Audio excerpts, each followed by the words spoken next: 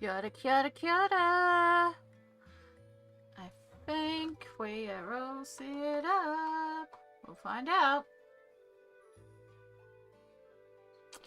Kia ora, everybody. Welcome back. Welcome if you're new here. I think everything is good and we are good to go. We've made it to a second week of this time slot. In fact, we're early tonight. I ended up having dinner early. I was like, you know what? I'll just go live half an hour early. I'm ready to go, so I might as well go live early and just see. Hello, nurse? I'm presuming nurse is on as well. I didn't know I was a nurse. But hi, bye. Welcome in. Hope you're doing well. Yes, it is Friday evening. The work week is done. I am very much glad that lipstick is popping tonight. Thank you. It is a very old, cheap one. I found it beside me. I was like, I'll put on lipstick tonight, and then it looks like I've actually put effort in. I have not put effort in. I am still in my pajamas under this dress because these are the greatest things to throw over in summer because they're cotton and the light and it's hot. But yes, it is Friday night and the work week is done. I'm very glad. It's been a week. I have had another week of my guts going, nope, nope, nope, nope, nope. So yeah, either I'm seeing a specialist next week and then I'll see my GP after that. But yeah, basically the IBS is not happy at the moment and I'm just going to get it checked out that it's not more than IBS. But yeah, we've had a day of soup and banana and bread. Very lightweight, very calming things down. I am sober, just feeling a little spicy. Excellent. Well, love to hear it. We love a little bit of spice, just a little bit. Hey, Small, also Dio. Hi. I hope you're. Ooh, hi, Chai. Hello, lovely. Welcome in, Raiders. Watching Four Continents, not here for long. No worries. I know it is the season. I actually watched them last night. I had it on while I was at work. So, yeah, I know you're fully engrossed. Thank you for doing the shout out. I was just getting it. I know you're fully engrossed in the skating season, so that's quite alright. But I appreciate you being here as long as you can be here, but always understand, because skating, it's good to have on. I'm so glad it streams for free on YouTube. It's great. Dramarific, kia ora. Just popping to say hi and have a great stream. I'm heading to bed. Absolutely. If you need to raid and fade as well, Chai. Chai is a lovely Kiwi streamer. If you're not following already, where the heck have you been? Follow Chai. Good, chill, cozy games. Absolute rock genius. Like, oh, we might have to call on you tonight, Chai. Maybe. I think I've got a plan. And we're doing another crystal tonight because I can't help myself, okay? I have other things I've been working on, I promise. Like, again, my belly's been causing me grief all week. So I set myself up a little station in bed. In fact, we'll go to the top cam because that's more appropriate. I have this camera for this reason. I've knocked it in the process of getting set up. It was in place and then I knocked it. So like I have this one that I've been working on in Small World Colouring. And I'd set up just my watercolour pencils in bed. And this is what I've been doing all week. And then I have a couple of Mythomorphia ones. This one's got a horrendous base. Don't worry, it is very much just a base coat. But yeah, I've got like the background done on this one.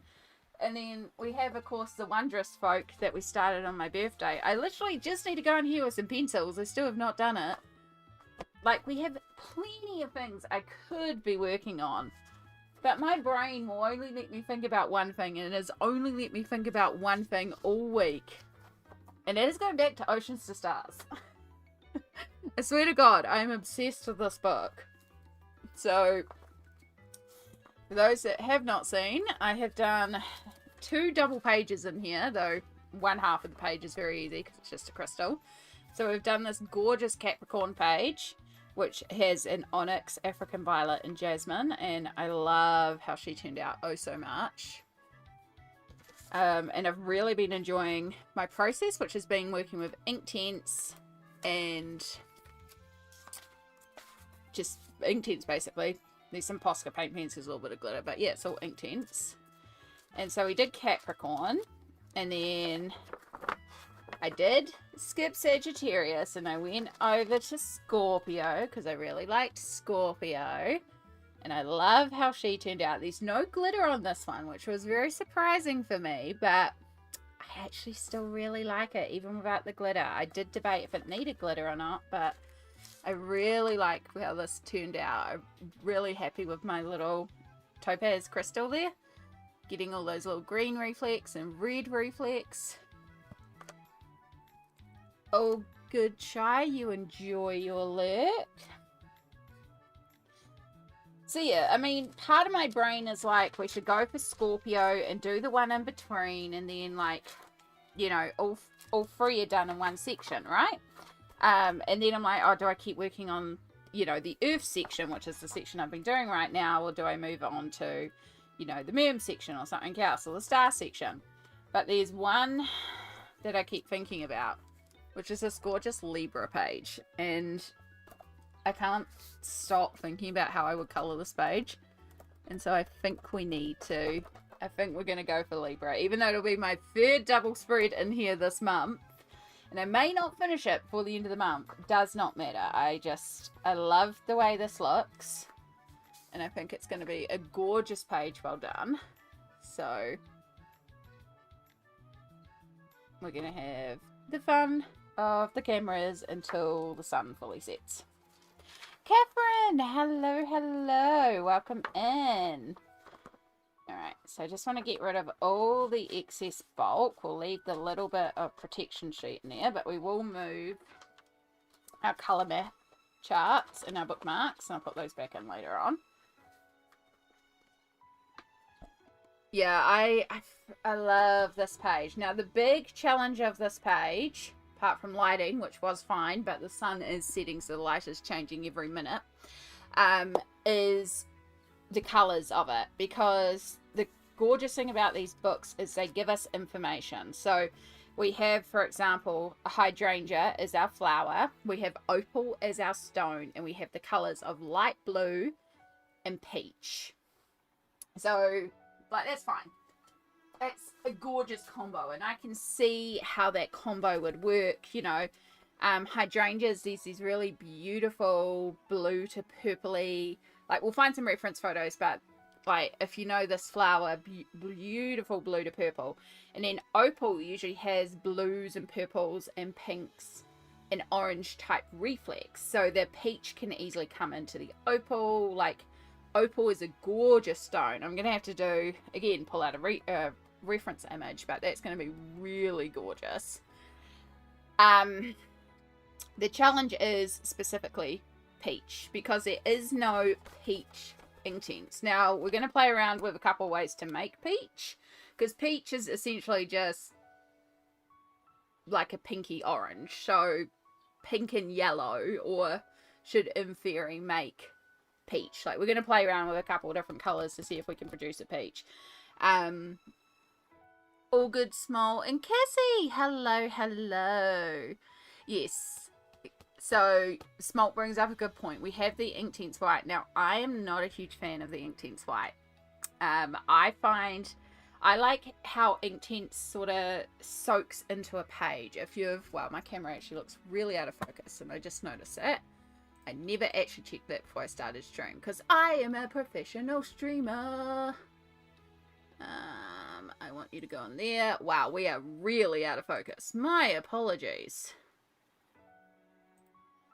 My software that focuses things isn't even open, even though I told you to open.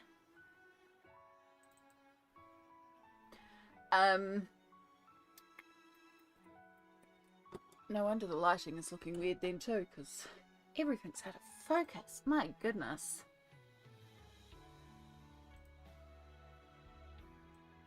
Yeah, so you're already just opening the software and we're already so much more focused. So better colour. Cool. We don't actually need to do much more than that now. Okay. Ugh. That's why it was out of focus, because that Logitune wasn't open. So, yeah, with Inktense, the reason why I've been enjoying Inktense so much is the way it sort of soaks into the page. It has sort of like the way it sinks down and the way it flows, and the white sinks differently to everything else, which makes sense because the white is opaque, whereas most of the colours are translucent. If you've ever had the joy of using Inktense, you may note how they go down. So we have a couple of options. If I get really stuck and can't quite make the right color, I can absolutely go to Albert Durers, because I definitely have pictures in Albert Durers. Sorry, that's just my they're popping because everything's in the wrong place, I've just noted. I swear I was set up and then I'm noticing all these things now that I'm live. Yeah, so I do have a peach in Albert Durers to specifically bring in, but I would like to avoid using that because I'd like to stick with the Inktense, because I really like the way the Inktense works on this paper, but how it flows together. So the goal is to try and figure out how to make a peach in Inktense. So, did I forget to grab disposable palettes? I thought I had them near me.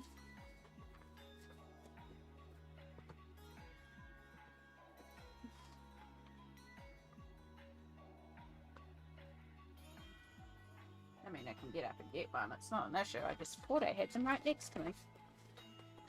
So how are we all doing this evening? I hope we're having a good Friday / time zone, wherever we may be based.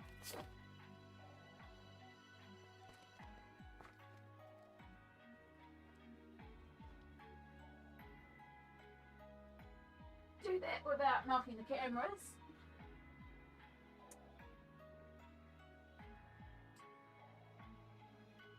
It's not there.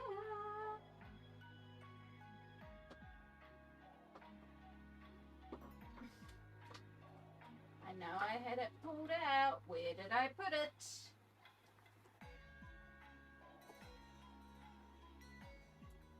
I swear I had it over here, but there's also so much stuff over here that I think I can find anything.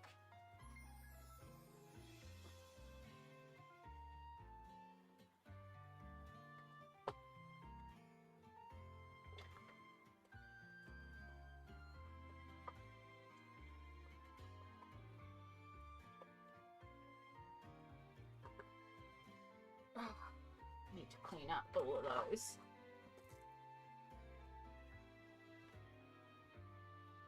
Everything is everywhere because I had some kids around. Ah, there they are, right there.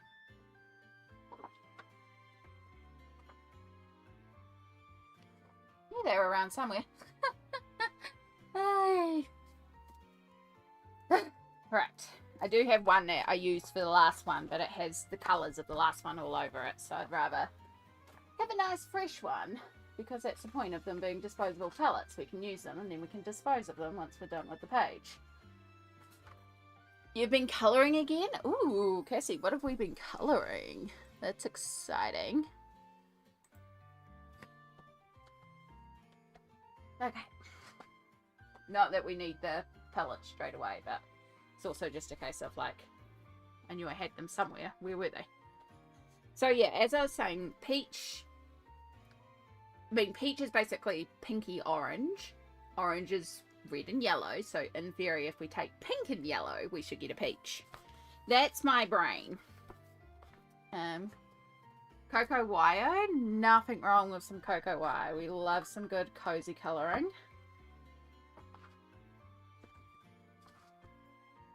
I am so excited that it is the weekend and I can just colour all weekend. I have nothing else planned all weekend and all I want to do is just colour. I have so much colouring that I want to achieve.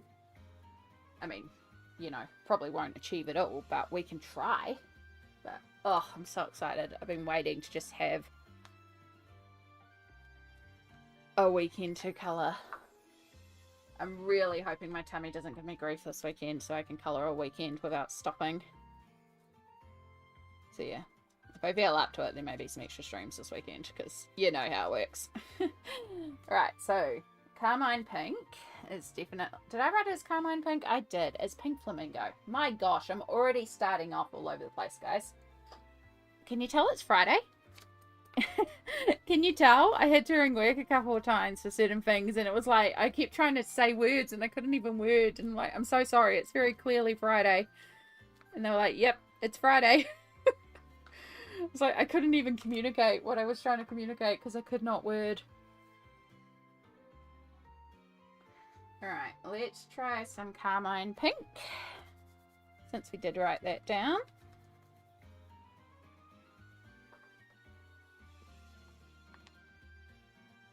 Carmine Pink.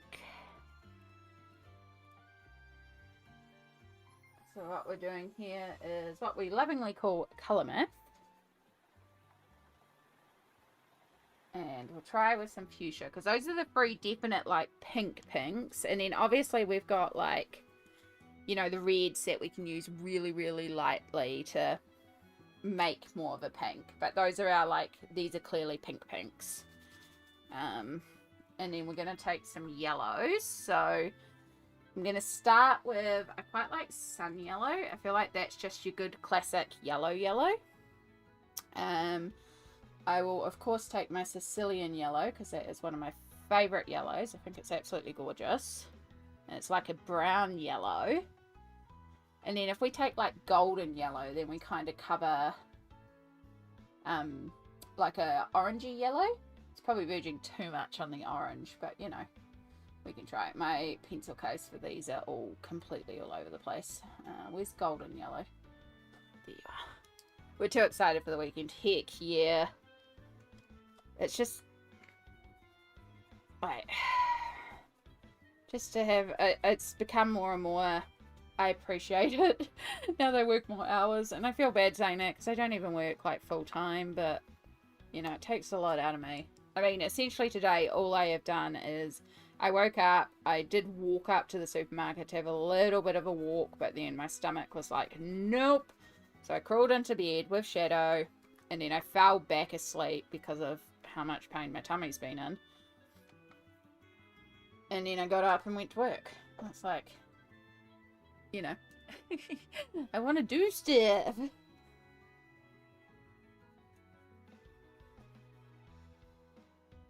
Okay, and this is the golden yellow. So of course we have other yellows that we can play around with, but I feel like that gives us sort of like the spectrum. We've got the yellow, we've got the brownish yellow, and we've got the orange yellow.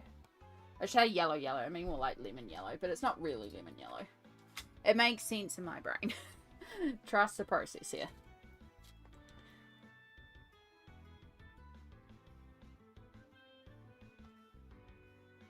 And so we're going to see what one that we mix can kind of make the most peachy looking colour.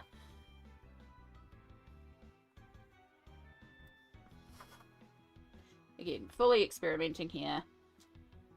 And then I want to take some of it and brush it out, because how we're going to be using it is at less strength. We won't be using it pure strength like here, how we've just mixed it and we've got this colour. Although, hang on, that's looking very peachy. That's already looking quite lovely. Pink Flamingo and Sicilian Yellow. We already might be onto a bit of a winner.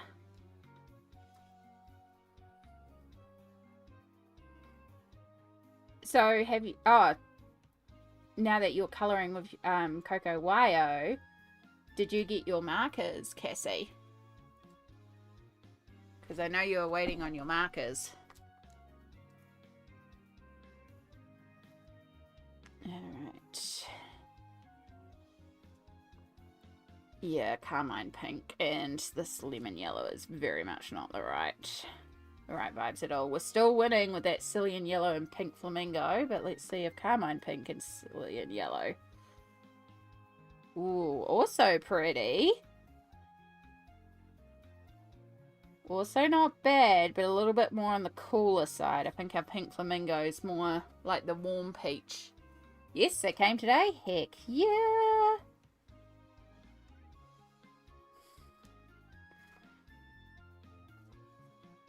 Yeah, and see that's merging more onto the orange. I think I was right about calling the Sicilian yellow for the yellow. There's a reason why it's my favourite. It's a good yellow. Like, I like the other yellows, but Sicilian yellow, I use it a lot. It's a good yellow.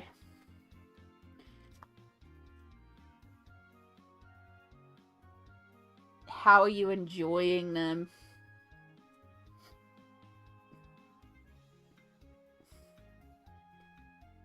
Yeah, and see, fuchsia with Sicilian yellow gives us a lovely peach as well, but it's like, again, it's even cooler, so it gives us more shades of brown, but that more like warm peach colour.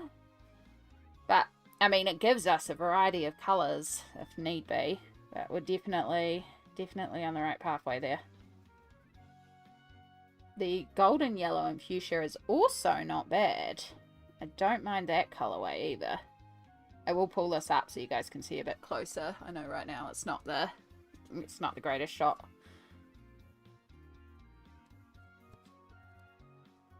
Alright, here's our little colour map. So I can tell you right now I don't like any of the sun yellows. They go too bright on the orange scale.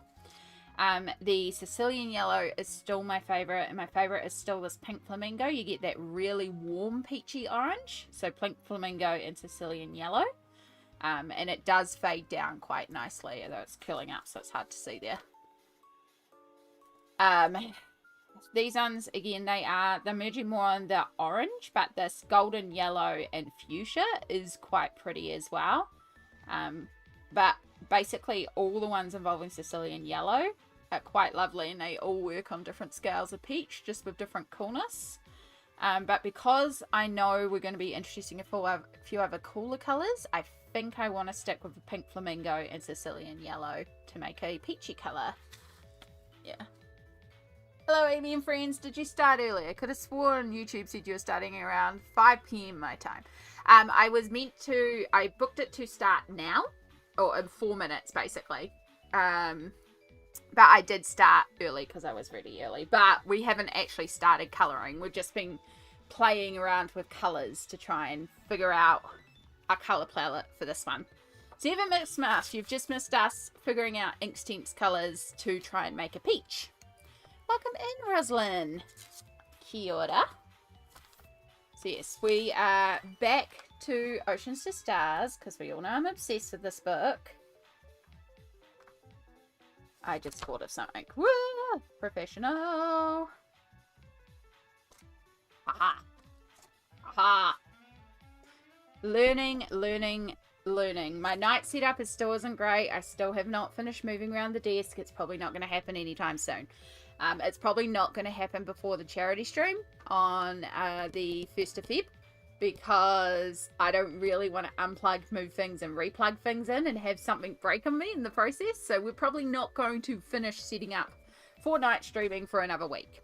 But once the charity stream's done, then I'll probably feel a little bit more comfortable pulling apart everything, moving it down and resetting it up. Because, yeah, anyone that knows about streaming and computers, the moment you start pulling things apart is when things start breaking. So you don't touch anything until you need to. They're really nice. I'm having a lot of fun playing around with them. Yay! I'm so glad to hear that. I really do like my Ohuhus. Yeah, like, I really enjoy my cheek markers. The only problem I'm having with my Ohuhus is because of the cost of them and the fact that I can't individually replace them.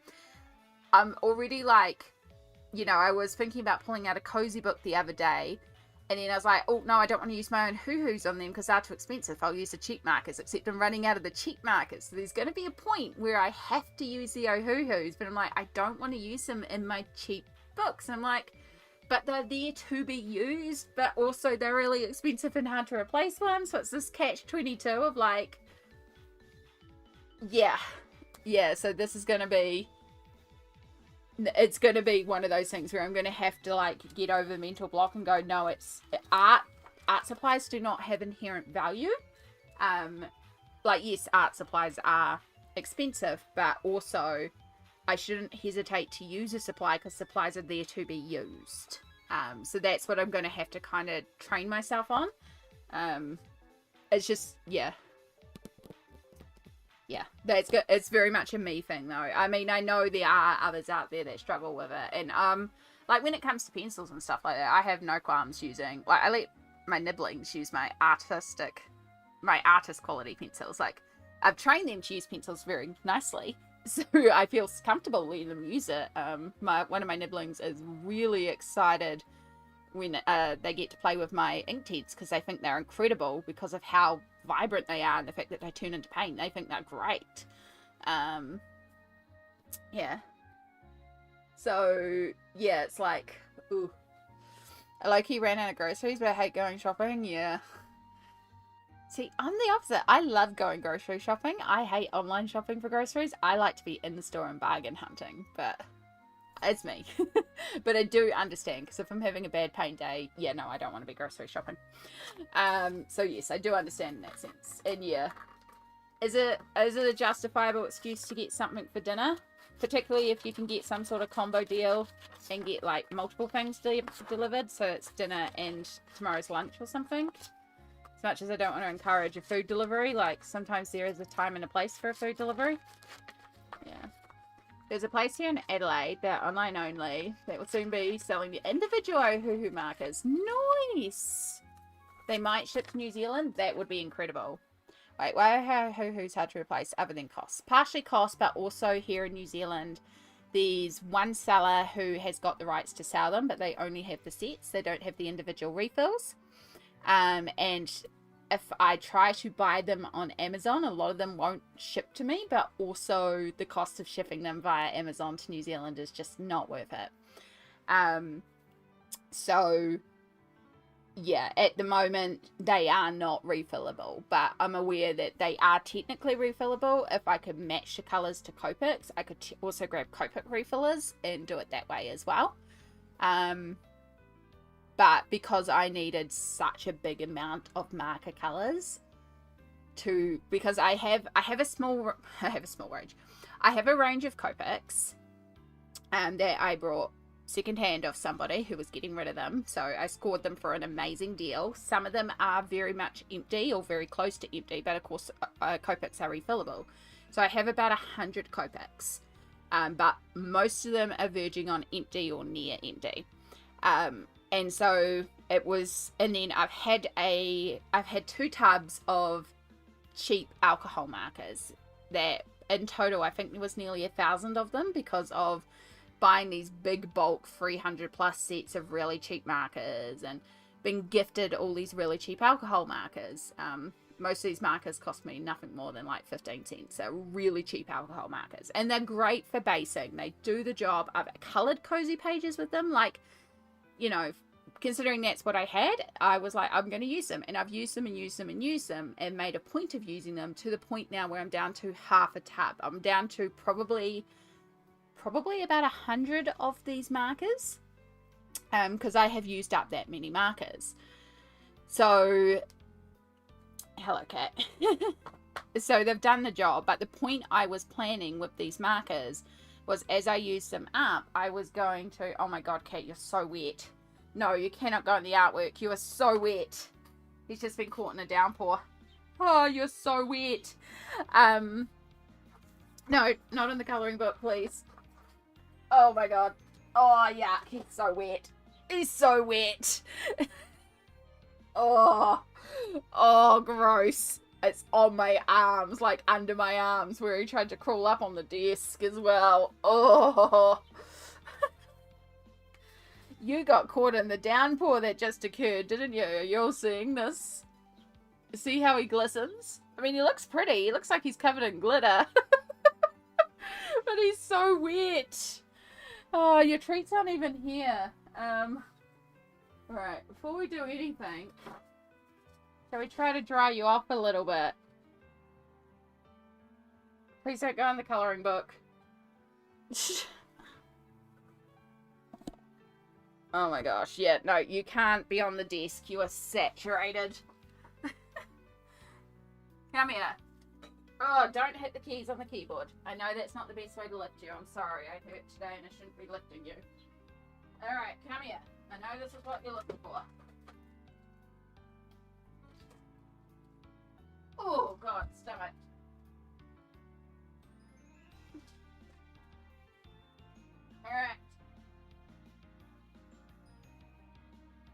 you're so wet.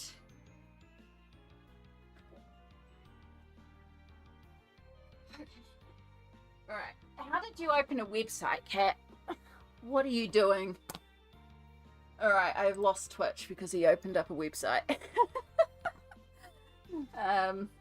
Yeah, he's absolutely saturated. Oh, cats. Little troublemakers. Ambient Mindscapes, kia ora, welcome in. Yeah, there was literally just a downpour, so he must have been outside and gotten caught in the downpour. Ugh. Oh, all that moving hurt my tummy. Oh, I'll be glad when this inflammation settles down. But yeah, I was talking about markers, but basically I had a bunch of markers. I used a bunch of markers up, and then I was going to start replacing them with the Copics, and I had a bunch of Copics, and I was going to buy ink by ink, but in the space of about a month and a half, I think I used like 500 markers up. Like, I kept finding all the dead ones all at once, and then suddenly I was out of colours. So that's why we grabbed the Ohuhus, even though the plan was to get the refills for the Copics. And that's still probably the plan, because there are colours between the two of them that don't, like, one brand has one colour and one brand has the other colour. So I'd like to basically try and figure out what I can have in both. Yeah. Been lurking, but that was too funny not to comment. The 6-month-old turtle shower's curled up on the cat tree next to me, but it's 10:30 there. Oh, it's all good. Yeah, he's come in because he heard me talking, so he knew that meant treats, but of course he's saturated. So he's disappeared already because he's like, I'm done. I got my treats. I'm out.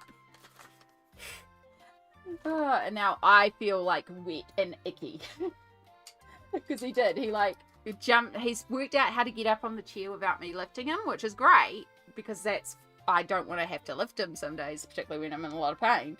And if he will learn to settle behind me, like, he could chill there. Like, sometimes he comes up and he rests his head here, and I'm like, I'll give him all the pats when he does that, because I'd love for him to stay there, because that would be perfect. Like, it would just be his head right here on stream. It'd be like, done. But, yeah, he still prefers to jump on the desk, because he knows it means he gets treats, so, which is my own fault. Because he knows that if I start talking to the computer, I'm probably streaming, and that means he gets treats, so he's learnt. Anyway. Cat drama over. We're almost 40 minutes into stream and haven't even started. I lie, I have started, but yeah. Alright, so, for those that have just joined us, or weren't aware of what we were doing before all the chaos, there's a pencil, that'll work. This is what we are doing here. So, the first thing I had to do was use my Inktense to figure out how to make a peach colour, because Inktense doesn't come with a peach. So I've worked out that if I mix pink flamingo and Sicilian yellow, I get sort of an orangey pink colour that I really like. I also quite like the other Sicilian yellow blends, which involve carmine pink and fuchsia. So if we're working those colours in already, we may deviate to them. But right now, the pink flamingo peach is what I had in mind. But also, that'll depend. Because now what we're going to do is what I've been calling colour math. So on all the other pages that I've done so far, for example, this Capricorn page, I've kept it very limited in colour palette. And you can see here, this is my exact colour palette that I've used on the page. So the colours are blue violet, amethyst, jungle green, light olive, natural brown, bark, storm dust, and neutral grey. So essentially 2 greys, 2 browns, 2 greens, 2 purples. And I've kept it very limited, but in order to do that, you need to figure out what colours blend together and what colours you can make. So this is colour math. And that's where this little card comes in, where I've checked out what colours I can blend from that palette. The same thing has happened here on Scorpio. So Scorpio uses Chinese ink, dark purple, madder brown, red oxide. In all honesty, I could have gotten rid of some of those two because I didn't really use them all that much. Crimson, Persian red, Ionian green, felt green, and then willow, which I did add in, even though it's not swatched on here. But I used that combination to do everything on this page as well. So here, for example, is a mixture of dark purple and Chinese ink. Her skin is willow, felt green, Ionian green, Persian red, and crimson. And there's some dark purple as well. So yeah, it's quite a neat way to figure out how to fill out a page while keeping it quite harmonious. So we have a couple of colors in here. So obviously we have our peach color that we've created. It also tells us light blue is a colorway, and we have hydrangeas as our flower. So I definitely want to pull the hydrangea floral colors. And hydrangeas have like a really beautiful blue to purple blend. So if I get my window capture going, put it on the right screen, and actually bring it on so you can see.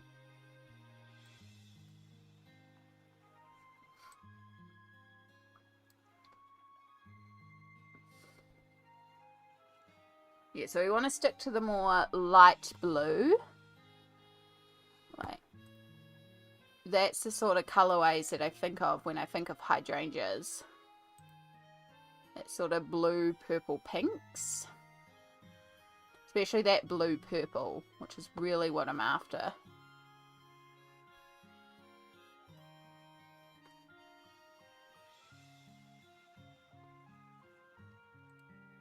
Oh, didn't mean to actually opening it, but okay. All about hydrangeas. I don't know much about hydrangeas. I don't know much about plants in general. I just like the colours. There we go, that's quite cool, and that shows us some of the colorways. So, looking at those colorways and then looking at our Inktense color chart.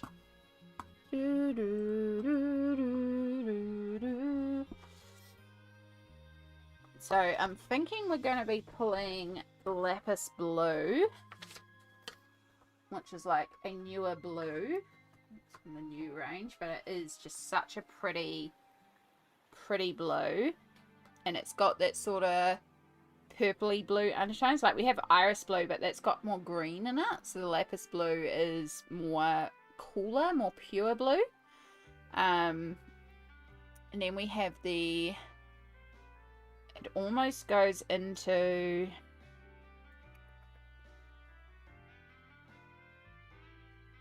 a purple, and then it goes into warm purple. So I think we actually we will want amethyst again. I mean, it helps. I love amethyst. I think it's such a pretty color.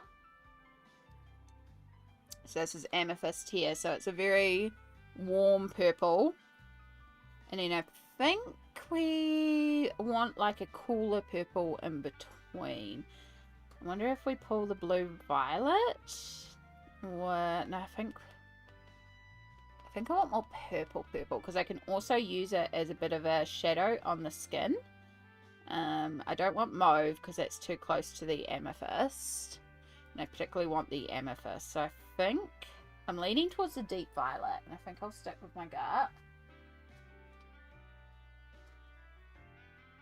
So that will give us the 3 hydrangeas, plus cover our light blue original colour. I am also going to have to sharpen that one. Can't read chat. We're now going into warm PJs. Well, old pair of warm trousers, old merino top, fluffy cardi, and got the heater on. That sounds so cozy and lovely, Chai. I used to have those flowers at my childhood home. They're so pretty. I love them. Yeah, we do have a...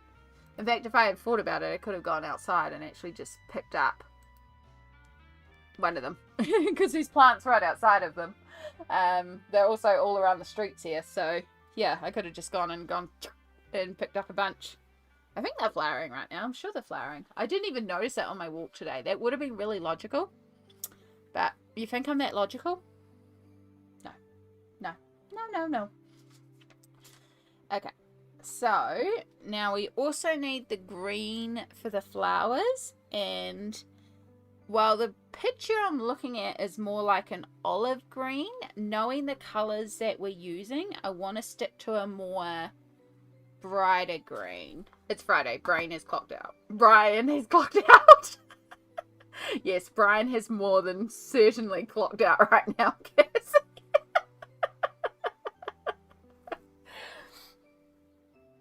I tease.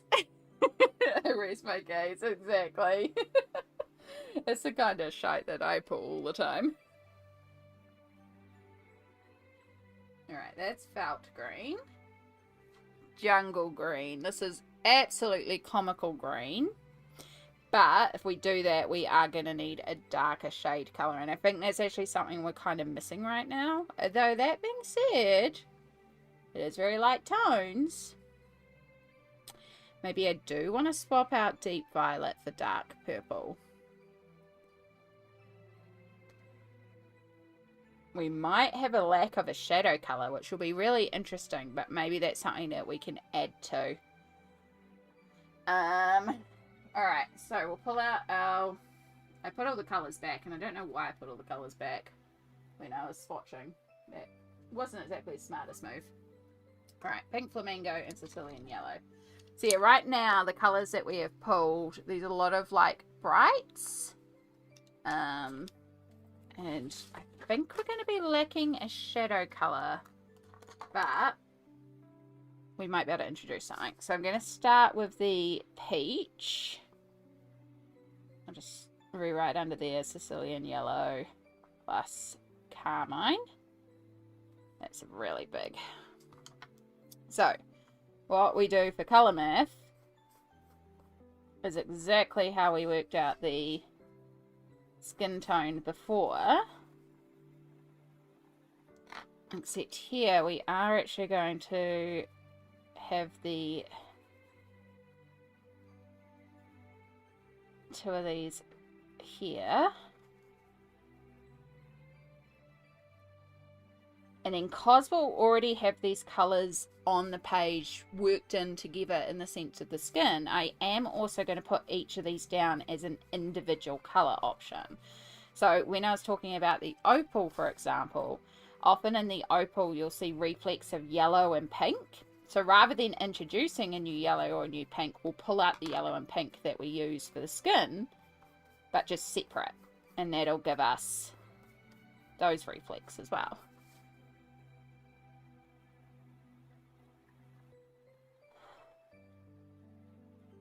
Tummy, you can settle down already. Elizabeth, hello, hello. Welcome in. Kia ora. It's Friday. Very glad it's Friday. We're doing okay. Your tummy is still being the tummy, but we're ignoring it. It does not exist. We're back to my current obsession, and I could not be happier. So there's the amethyst.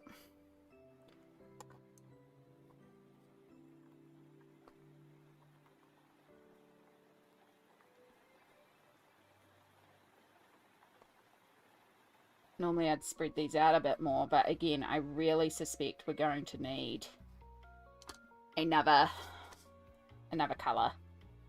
That being said, like, this purple is very dark, but we might need to bring in something else for... I don't know. Again, we just don't know until we start activating and seeing what colours are out there and what we can make from this, because maybe it'll surprise me. Like,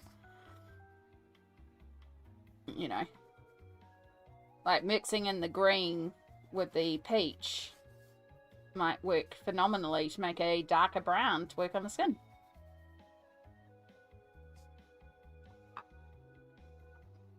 Doggo's getting hungry. Be right back. All good, Cassie.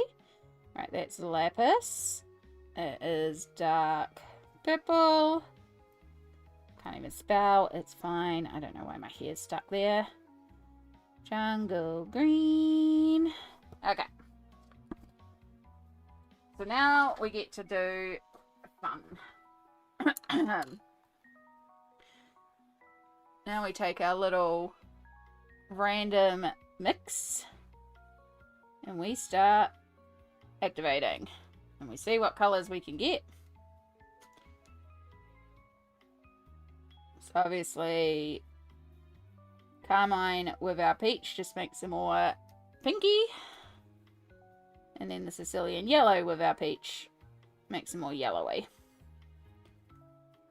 So yeah, it takes a little bit, but I think it's worthwhile doing this. Like, I've really been enjoying working with it. So I can see straight away adding in the amethyst produces like a bit of a shadow tone. Like, we're starting to get some deeper, that gives us some skin options. And like, we can chuck more carmine in when we're coming to do the skin. For blush areas, like maybe we can, if I'm going to jump to the dark purple. Probably gone a bit hard with the dark purple there. Which is the other thing to note is, you know, sometimes when I activate this, there's too much of one specific colour, which is quite handy to have two second areas, because sometimes you put different pressure in. Yeah. See, that could actually work as a shadow area tone too.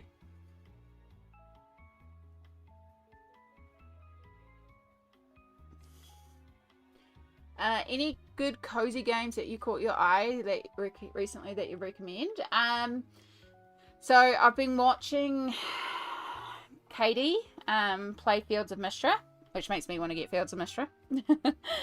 And then there's another one. Chef RPG is actually one that I've been looking at a lot recently too, and I quite like the idea with Chef RPG that it's not like, it gives me the same vibes as Stardew. You get that cute pixelization, you're hunting, gathering ingredients and stuff like that, but it's more city based, it's more urban, so that looks really good. You have both? Yeah, I've got both of them on my wish list, and it's just a case of like, if I got one, I'm gonna want to sink time into it, and I don't want to sink time into a game right now. It's really the only thing that's stopping me. But yeah, they've both been something that I've been watching a lot of playthroughs of and stuff like that lately. Yeah. I've spent the week playing Stardew with my sister every night. Yeah. Gamer streams. Yeah, I mean, we could. I did think about the fact, because that's a lot easier for me to do after work as well. Yeah. You got Fields of Mistral in your library? Got a couple years ago? Ooh, I've been watching the... So did they just newly release it? Or... Because it's still in early access at the moment, the one that... Yeah. Or maybe it's a secondary game or something. I don't know. It's the one Katie's been playing. I've just been watching that and enjoying that. So... but yeah, it's just going to make more of the peach colour, because that's just essentially that. Yeah, I believe it is. Saw Lego Voyages, which is co-op and looks up your alley too. Yeah, I love my Lego games. That being said, I did look at getting the Horizon West Lego game, but the reviews of it are absolutely, like, they're not good, and everyone that I've read has said, you know, I've got all these other ones and it's not the same. So that did put me off getting that Lego game. And I've heard that a lot about the newer Lego games, which makes sense, because it feels like they just tune them out. Yeah. So I haven't gotten any new Lego games in a good while either. I mean, I still haven't finished technically the Lego games I have. I have so many... I know, I get a little bit into games and then I stop playing for a while. I mean, it might change when I have some more surgeries this year, you know, and I need to rest up. Like, I downloaded the new Animal Crossing update and I still haven't even played that. And I keep meaning to play it. I was talking all last week about how excited I was to play it, and then I just have not made it to the Animal Crossing game. And I've been in bed unwell this week, but the only thing I've had spoons for is actually just putting something on the TV and then slowly pottering away at the Small Worlds colouring book. Like, that's been the mood. And that's okay. Like, if that's the mood, that's the mood, and that's what we do. Again, that's a big motto for me this year, is just working what I feel, not working what I feel like I have to do.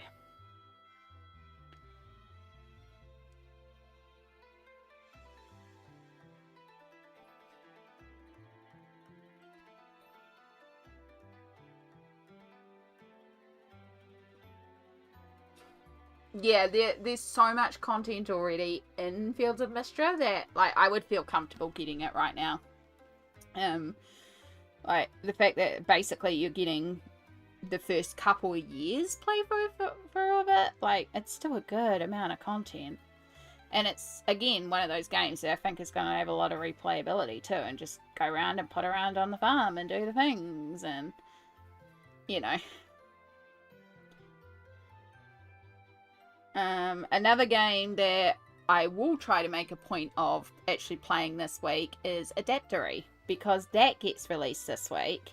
And that is made by some very cool Kiwis. Some friends of mine are involved in the community.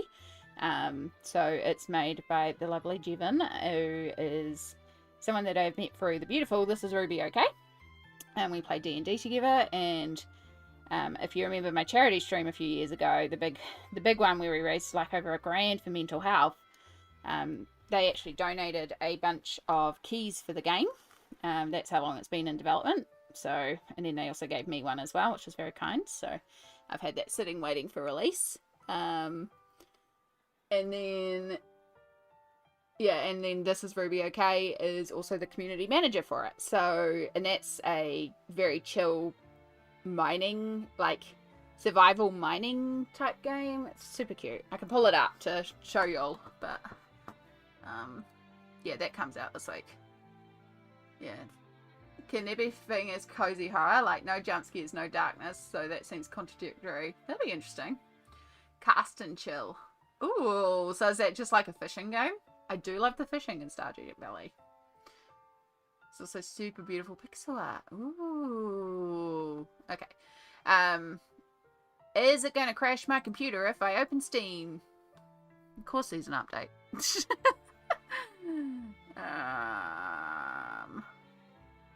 Keep using decision paralysis and wanting to play several different games, colouring, painting, and trying all the stuff out with oil pastels, and I feel too tired to do it all. It's such a mood, Rosalind. Such a mood. I think that's exactly where I am right now. Ooh, what is the weekend deal this weekend? DC games are on sale. Which means Lego Batman's on sale. Damn. If anyone's looking for the Lego Batman trilogy, it's got 90% off at the moment. So, I might have to look at the Lego games, because Lego Batman is good. Although I think that was the one that we had some crashing issues with when I was trying to stream it. Also, Supervillains is on sale too, and that's also fun. Played that on Switch. I love Lego games. Okay, so, library. If I go to home, because I know it's in my library. Adaptory, at least you begin with A, so you're nice and easy to find. There you are. So, I don't know if I can pick up. Can I? Yay! Adaptory. So this is the game here. So yeah, it is January 26th. It is being released. Let's see if we can find a little video about what's happening. It's not a lot right now because of course it's still early. Let me just pause that. Pause that. Don't know if this will play with sound. We'll find out. But yeah, so that's Ruby. This is Ruby OK. Dear friend. Also voices most of the characters in the game. And then this is Sound Asleep, aka Jevin, who developed it. Yeah, super cute resource managing game. And again, Kiwi made. So very cool as well. So I'm completely excited for that one to come out just because I know so much about it.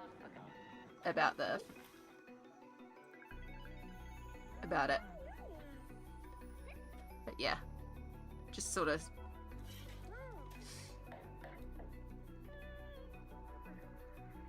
yeah, so I don't know what it'll be like exactly. I've just seen a little bit of thingamabobs about it. I know words. Right, how the heck do I share this from Steam? I don't know. I use Steam all the time. I'm totally a gamer, as you can see. I know how these things work. Oh gosh. Yeah, adaptery. If we can figure out how to share it, I'll share it.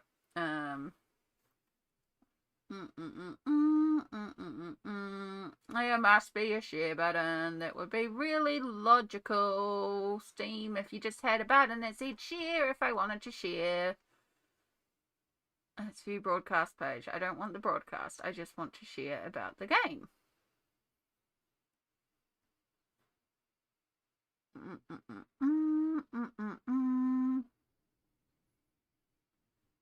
Visit the website. That's all cool. That's not what I want. I just want to have like a link that I could drop and go here, go here. Why is this so hard? Oh look, your website link copied. There we go. Right. That might work. Oh, perfect. You found it. Yes, there's also a free demo. After I figure out how to do this, because I am a professional streamer, as you can tell. Right, bring up the music. Let me catch up on chat. I love fishing games. I'm gonna have to check that out. It'll be on your activity, and I know we're Steam friends, Cassie, so that's easy for me. Last year, some of the amazing cozy games: Kabuto Park, Tiny Bookshop. Yeah, Tiny Bookshop is so cute. It's also on my wish list, I believe. I heard that is getting a massive update with 1,000 new book titles, and they're also working on some of the tags, so it's going to be, like, they're going to line up better for playing the game. Sea of Solitude, Limbo. Dredge was strangely cozy. Yes, Dredge is probably what you think of as cozy, but still kind of creepy. That was good. Dredge, and yeah, New Zealand made as well, which, yeah. But yeah, again, if there's a game that I really want to see played, I will usually convince one of my friends to play it because I don't have time, but I can also like sit down and watch them do it while I do other things. So yeah, like again, beautiful Ruby has been playing a game called The Curse of the Golden Idol, which is absolutely fantastic. I love it. I ain't got time to play it myself, but I'll watch her play it. So yeah, Traveler's Rest, yes. Yeah. Traveler's Rest, I think, is also on my wish list as well. That one also looked good. I've also been enjoying, I think it's Water Park or something like that, or it's surprisingly fun. There's a free demo for it as well, and it's actually quite fun of a game, the Water Park game. I cannot remember the name of it. Wandering Village, I think it's called. Looks gorgeous. Interesting. All these game wrecks. Love it. Yeah. I have a lot of games in my Steam library, but most of them aren't mine because I'm in a Steam family, so, you know. So I get access to a lot of games, but 99.999999999% of them I won't play. Like, most of the time I'm just playing my games, which is Sims and Stardew. And now, Sims I won't be playing as much anymore anyway, because of all the stuff going on with that. Which is probably a good thing, because God, does that destroy my PC. Okay, so, as I suspected, we are very much missing a darker, more neutral tone. Like, we can shade, for example, we can take the peach and we can shade with the purples, although the purple's very overwhelming here, but when it's watered down a bit more, it will work for shadows. But we are missing sort of like a more neutral colour. Now, I'm not opposed to it all being bright tones, but I get the feeling that we are going to want like a brown, just something to desaturate and pull things back, because right now it's vivid. It's so many vivids. And it doesn't feel very, like, it doesn't feel natural. So I think I'm going to pull out probably natural brown, which is my favorite brown. And I think I'm just going to do a row of brown and just see how that blends in.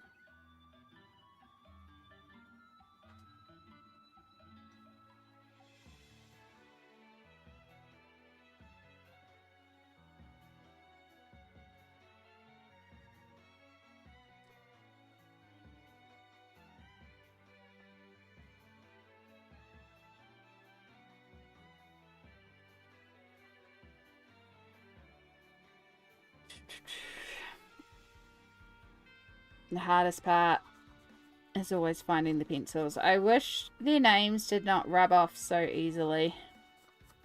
Yes, they do.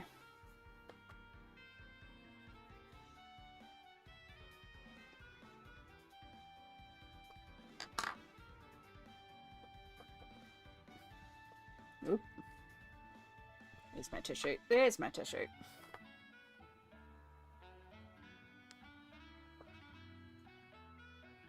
Yeah, I already like that a lot for the skin. Because, of course, we're going to use the peach on the skin. Because, you know.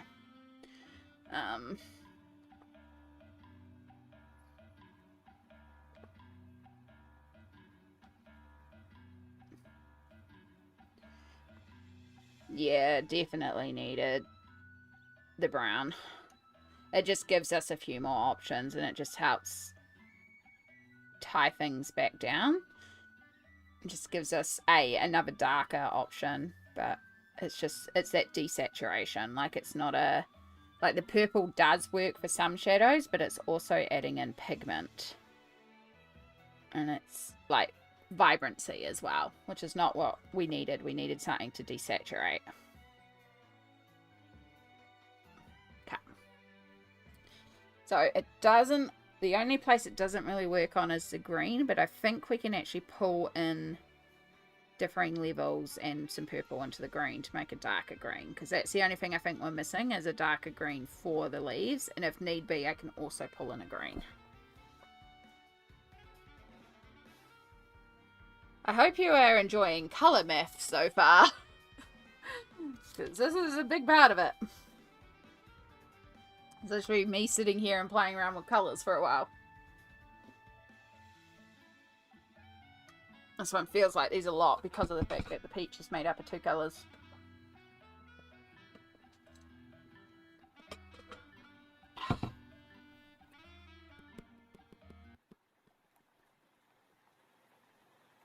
Yeah, no, I think that'll work. I think we're okay with that. I think we can make that work. We'll try. Again, we can always add something in. That's what happened last time. I had to add in the willow partway through because I realised that was lacking. So that might become apparent as we work on the page. I love it. I've never thought of it before, but I can see how it can be super helpful. Yeah, well, if you're trying to work on these sort of limited colour palettes, knowing how the colours blend together and what colours you can pull certainly helps you keeping your palettes harmonious, because now we know, like, you know, we've got our skin tone here, that peach, because peach is one of the main colours. We know that we can add in some more of the carmine to make more of a blush colour. We know that we can take in a little bit of the amethyst to add in a little bit of shadow. And then if we want to go for a really deeper brown, we can pull in the natural brown with the amethyst. And then from there we can jump over to the natural brown with the dark purple. And we've got like a full range of colours there that will gradiate across. So yeah, it just allows you to sort of blend that way. And then, as I said, I've only got the one green right now, and we need to do shading on the leaves. So yes, we've got just the pure green, but then we can also look at pulling in a bit of the blue. We can look at pulling in a bit of the brown. We can look at pulling in a bit of the purple to see how it blends together. So yeah, it's a way to keep your page harmonious. And, you know, sometimes it's surprising what colours will go together, because red and green makes some really beautiful browns. Hello, Perfection. Yes, we are doing colour math again. I couldn't help myself. I freaking love this book. So we're back to this book. Yes, I have 101 other things I could colour, but we're back to this book. Right, so what do I want to start with? I want to start by finding one more reference. We still need our opal reference, but Lydia Fenwick. What are we working on? What month? Libra. I want to see if I can find the original artwork, because that's also really useful as well. This book is amazing. It really is. Alright, let's see if we can find... Oh, I want that one.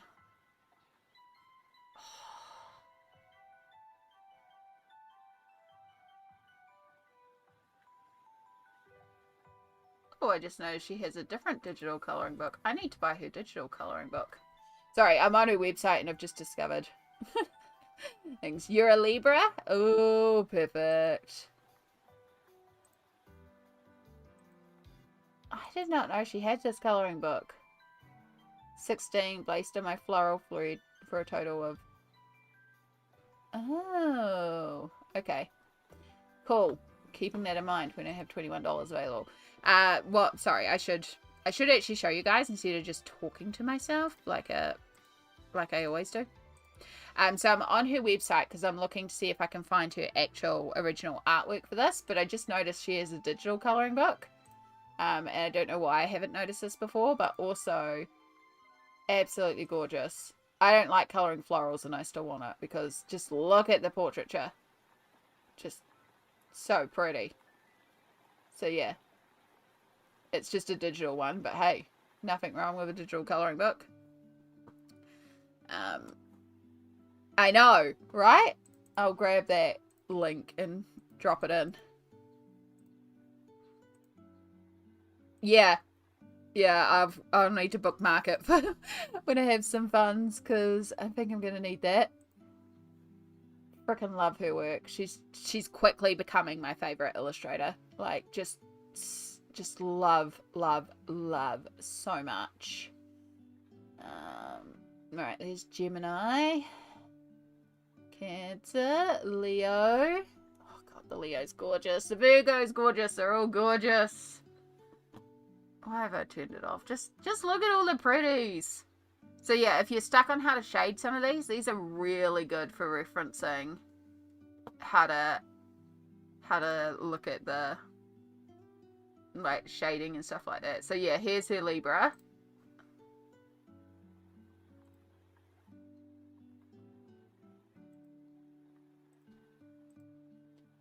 Oh, look at the colors. So yeah, she's done more pink and blue, but still very, very pretty. I do love that she's done a pattern for the top, which is interesting. Do I grab out a washi tape? This would be a good one for washi tape.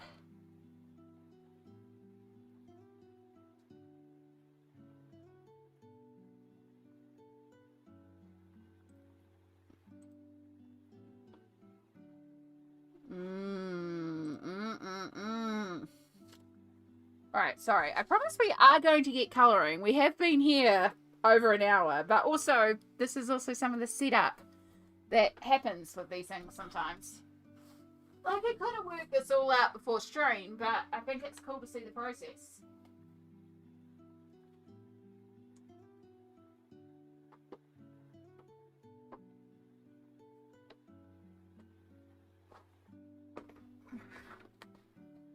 Oh, at least I got a little bit of a stretch as we do it. Right, I don't think you're going to be right at all.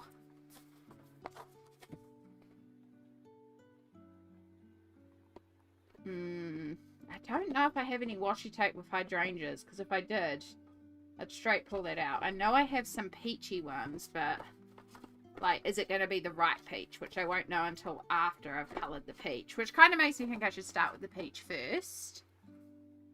But it would be a cool one to just sort of, whatever tape I choose, it is going to have to stack though.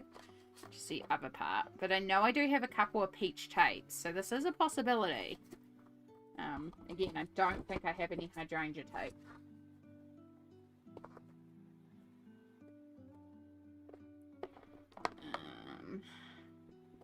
So like that could also potentially work. It's got like a peachy tone.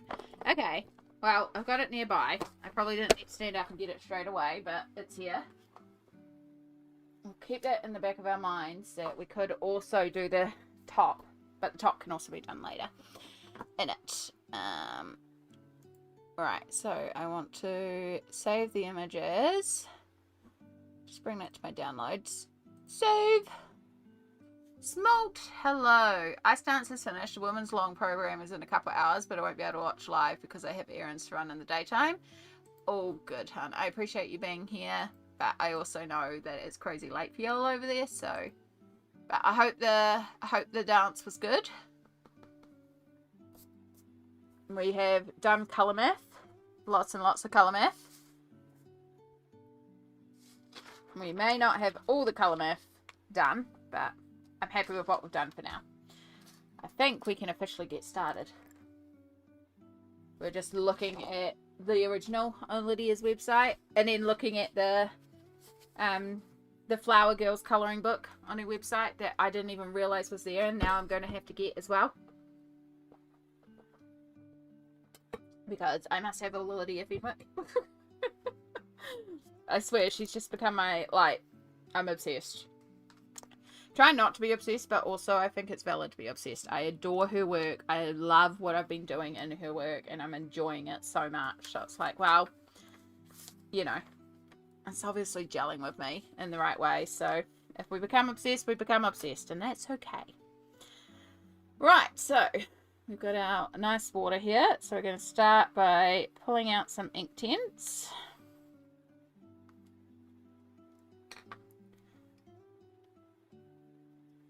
So we got our Sicilian yellow, our pink flamingo,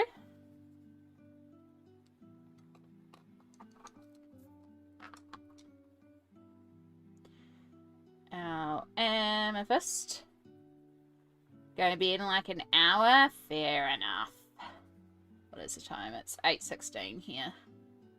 Yeah, it must be getting very late over there for you. That's okay. I mean, I'm sure I have nothing else planned this weekend, and I am hoping to just do lots of colouring, and maybe I'll be going live again. Again, it's not booked in, it's not guaranteed. I was going to message, I'm going to see how I feel tomorrow. If I feel up to it, I'm going to go swimming with my nibbling, if my nibbling is available and wants to go swimming. I went swimming with them earlier this week. It was so fun. We played mermaids. I had the best time. So I'm like, yes, let's go play mermaids again. So hopefully the nibbling is available. But I also don't want to, like, book it until I know for certain that I feel okay because of the tummy issues that I've been having. So yeah, I'm like, I don't want to, like, a message tonight and go, hey, does nibbling want to go swimming, if I still feel icky tomorrow. Yeah. Oh, can I come? Absolutely. More mermaids, the better. We go diving for pearls, which is pretend diving down to the floor.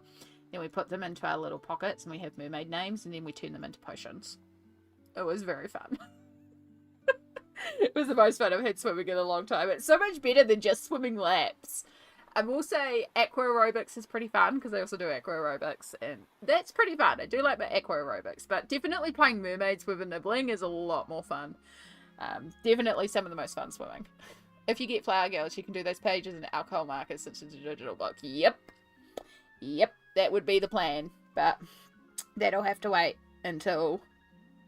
for at least 2 weeks until the next paycheck, and then it might wait a bit beyond there, and that's okay. I mean, February is also meant to be with the charity stream, like the hashtag one less book, which I don't buy a lot of books anyway. So yeah, but yeah, I'll see, because it's also, as well as the cost of buying it, it's the cost of printing it. So, but it's there, and if it's digital, it'll probably be there for a while, which is great. Okay, so you downloaded the image. And it can go with all the other ones that I've downloaded, because it makes my life a little easier. It does help to just sort of look at her shading. I'll tell you what, Libra's got some 2016 brows for certain. She's got some chunky brows. It's okay. I also used to do very thick brows. I still have very thick brows because my brows are just thick. God, I love the eyeliner she's done on her. I just noticed her eyeliner is like multiple colours. It's so pretty. Out of curiosity, what percentage of your collection was gifted? I don't actually know. I could technically sit down and work it out. But, I mean, I don't think I will be incorrect in guessing that half my collection is gifted. A lot of my collection. There are some very generous people that follow me that have really, really made my collection get to the point that it is. And that's why when I also say, you know, I have 440-ish books in my collection, I am very blessed by some very kind people that have gifted me over the years. So don't measure your collection off my collection, because I haven't even brought all my own collection. You know, I just have some amazing people that want to bless me, and I'm just always forever freaking grateful when they do.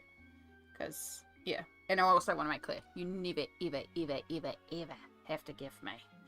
You don't have to do anything except just be here when you can be. And if you can't be here, that's also chill. Because, you know, life.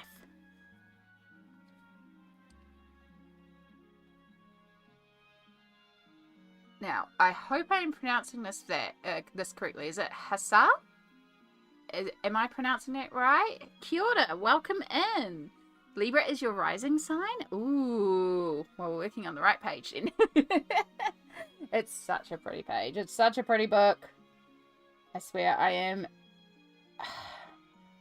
I think Lydia Fenwick's becoming my favourite illustrator right now. I just, like... I finished off the last page and it's like, I just want to get into another page. I want to get into another page. Just, I can't help it. Absolutely obsessed. So I want to keep this peach really light today. Like, I know I've put a lot of pink and yellow on that plate, but we are going to try and keep things really light with the peach. I mean, we can always darken later, but I do want to have her very pale in terms of her skin. And we are going for the really light peach for her skin.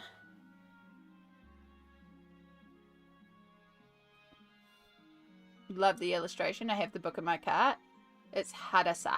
Hadasa. Hadasa. I will absolutely do my best. Please keep correcting me if I do get it wrong. I am barely able to English most days. Names are awful with me. I am awful at names. Let me reword that. Again, I word good. I'm good. It's Friday night. My brain left 4 hours ago. Hi. Words are hard. Life is hard.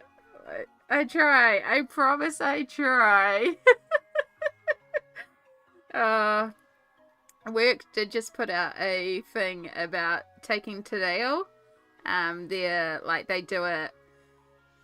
And I did draft out the email. I haven't sent it, but I think I am going to sign up for the Tadeo course. I just have to check that I can, because I don't technically need any education with my role.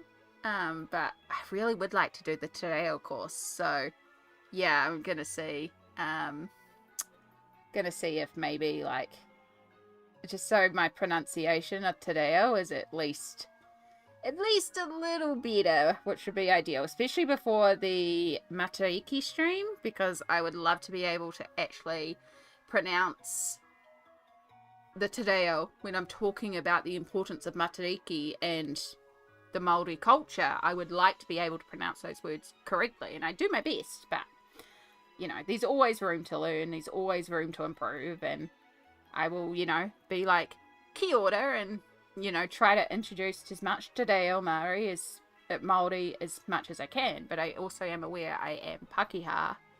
I was raised in a Pakeha, which is European. I was raised Pakeha myself. My biological father is Māori, but I don't know my iwi, which is my tribe. I don't know my genealogy. I was raised Pakeha. I am very Pakeha passing, unless I go and sit out in the sun. So yeah, but I do my best. And I think that's the most important thing, is at least, you know, trying. So again, how this relates to names is I struggle with all language. I struggle with all names. So if at any point I'm getting your name wrong, please do correct me, because names are important. Just know that it comes from a place of I struggle words full stop. Piggy Pins, hello, hello. Just about to leave our morning YouTube and I walk past the door and you're scribbling something on what looks like white paper. I need to know what you're doing. Hello. Yes, so this kind of does look like wax paper. So what we are doing is we are working in Oceans to Stars, Lydia Fenwick. I'm obsessed with this book. This is a disposable palette. Just this here, just a tear off palette thing. And it looks like Rosalind has beat me to it. But yes, we have put ink paints directly onto there, which I have been using as ink. So, yeah.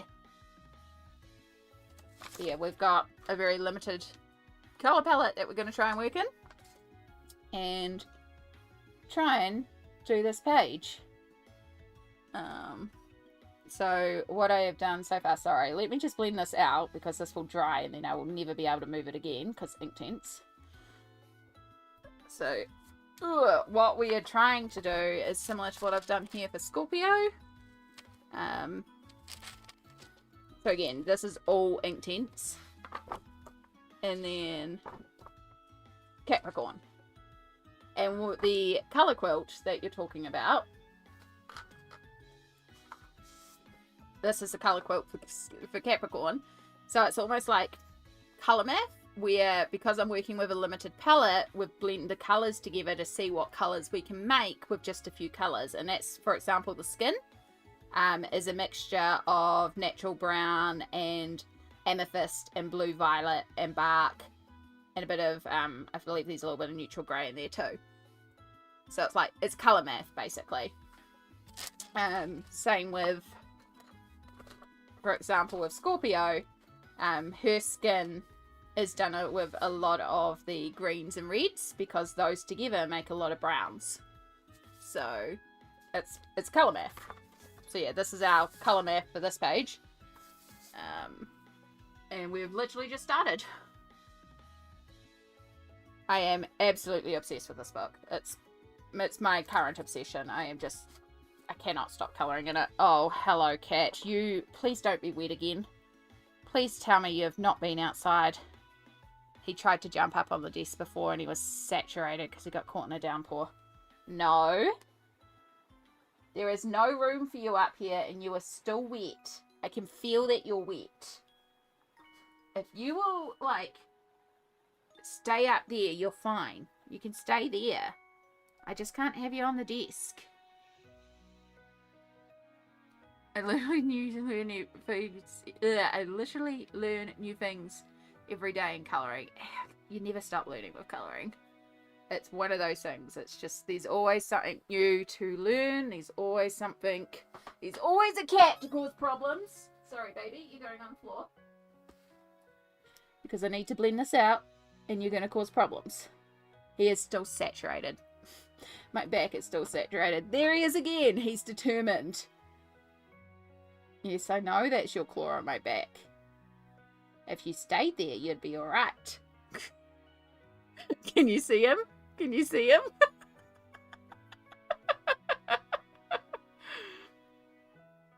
Is he going to pop back up?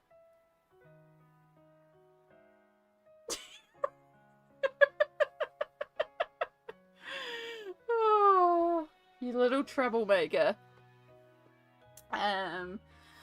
How's your experience been with using the paper wet medium so far in this book? It has been brilliant. I am using the... Oh my god, you're so wet. You're such a pain. Sorry, this is Shadow for anyone who has not met Shadow. He is a little troublemaker. He is determined to be on camera today. he probably just wants cuddles because he's been cuddling with me in bed the last few nights because my tummy's not been great. So I've been going to bed super, super early. So that's probably why he's here. Because he's like, cuddles!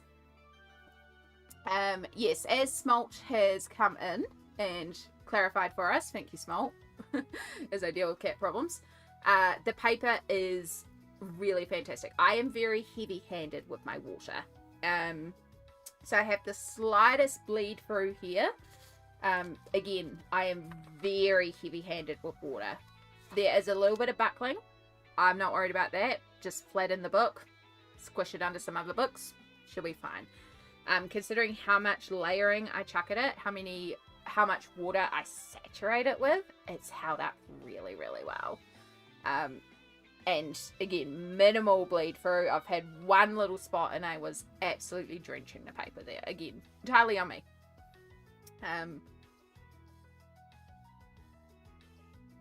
And it's not like I can cover up anyway, so it's fine. Right, have you had enough cuddles? Can I do work? We are actually streaming here, you know. It's not all about you. As much as you may think it's all about you. It's not actually all about you. You're also wet. And now I'm wet. You could just go and cuddle up on my bed without me. This is a possibility. Yeah, and I mean, I'm just using the Dover one, not the artist quality one. And it's an absolutely alright experience. He's drooling on me right now. Look, there is no room for you up here. I know you like coming up here, but I genuinely do not have room for you up here, and you're wet. Now I'm wet. And covered in your drool. And covered in your fur. You can't do that on Feb 1st. I only have 80 minutes on Feb 1st. We can't deal with your shenanigans for 10 minutes.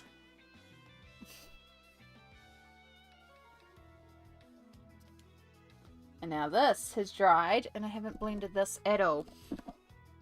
Alright, apologies. The cat may have bumped things out of place as well, so...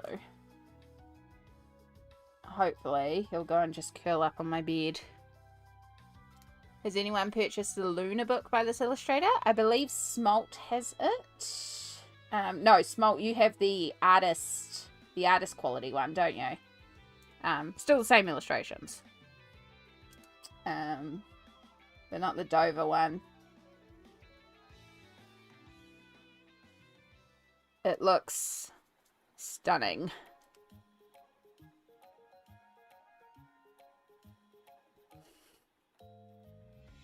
You have the first edition premium of Luna. Yes.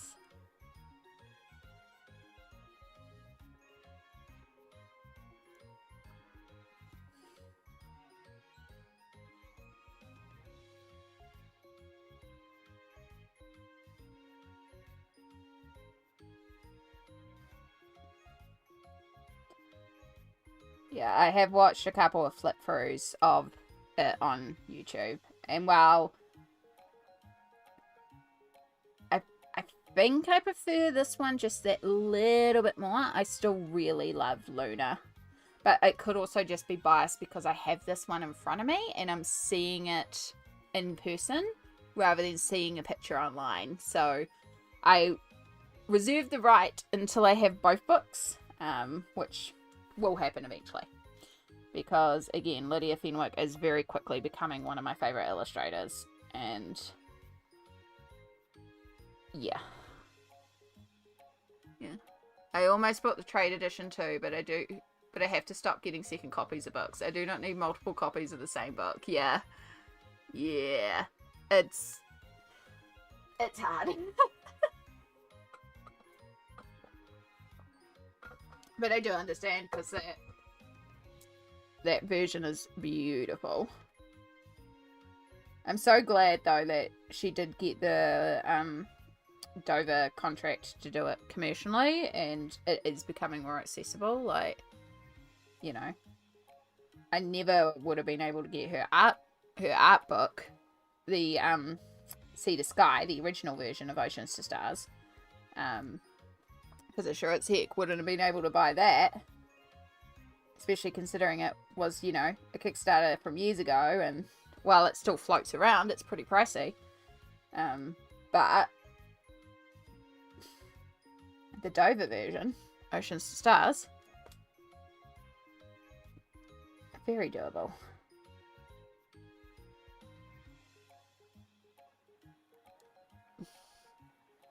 Art Tax account whip scent. Fantastic. We will check that out in just a moment, Lisbeth.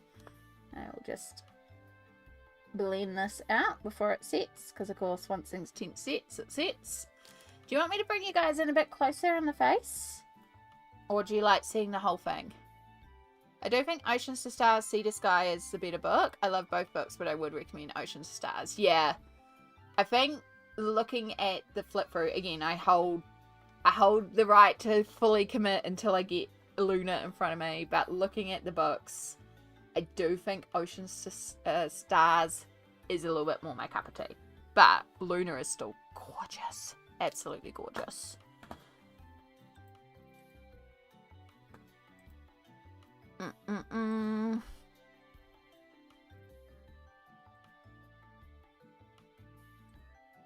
Ooh, we've had progression on this one. I have no art tax since I finished Mythomorphia. I haven't coloured in anything. That's okay. You know, here, paying your taxes is optional. Here is what Lisbeth has been working on. This is Kanoko Agusa, and it is gorgeous. I love how that's progressing. The way that those red flowers pop against the gold, Lisbeth, is gorgeous. It's going to look fabulous when it's all done. So, so cute. So, so cute.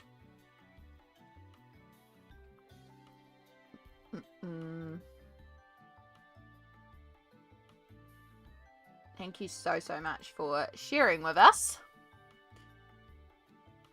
We love a little bit of art tax. And for those of you that are new here and are like, what the heck is art tax? Art tax is just a term that we use for sending through something that you are currently working on, have just finished, you know, something about your creativity that we can share on stream. It doesn't have to be the finest work in the world. It's not about showing us like your best work ever, although you are welcome to send that through. It's more about just celebrating creativity and what we're working on and seeing what we're all up to. So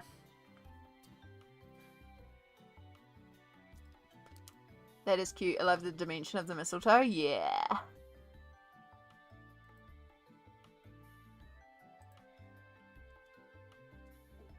I'm trying to pick a new page to start now. Ooh. What Coco Wai book are we working in?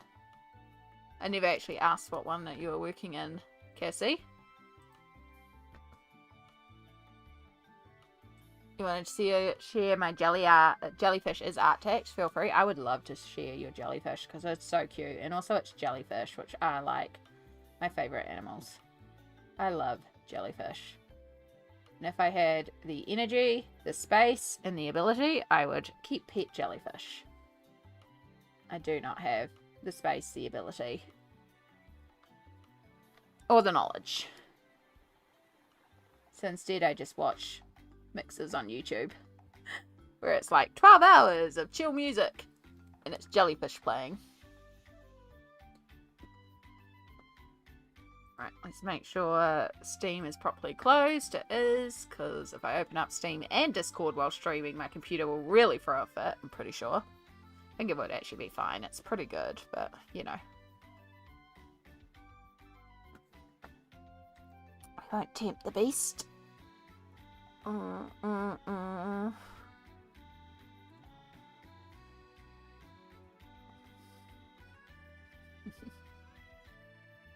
There it is. It's so pretty.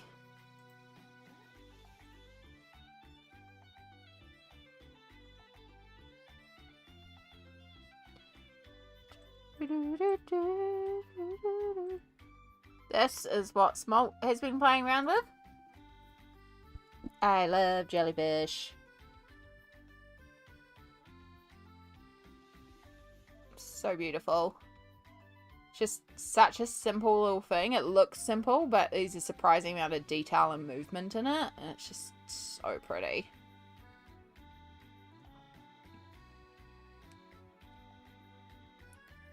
Love, love, love. I believe that was with the new Holbein water-soluble pencils as well. I love jellyfish. They're just so peaceful and pretty.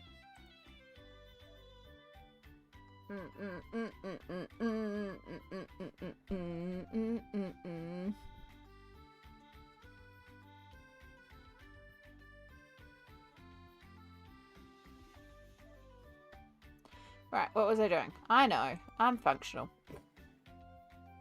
Oh, that rain's coming down. Right, so a little bit more of this warm peachy colour.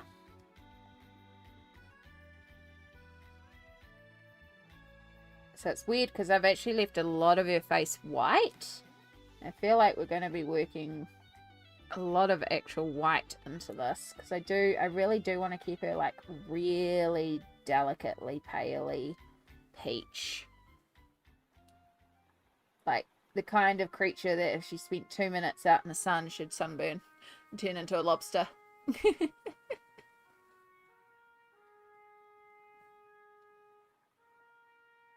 Ooh, that rain's coming down. I might have to shut the windows.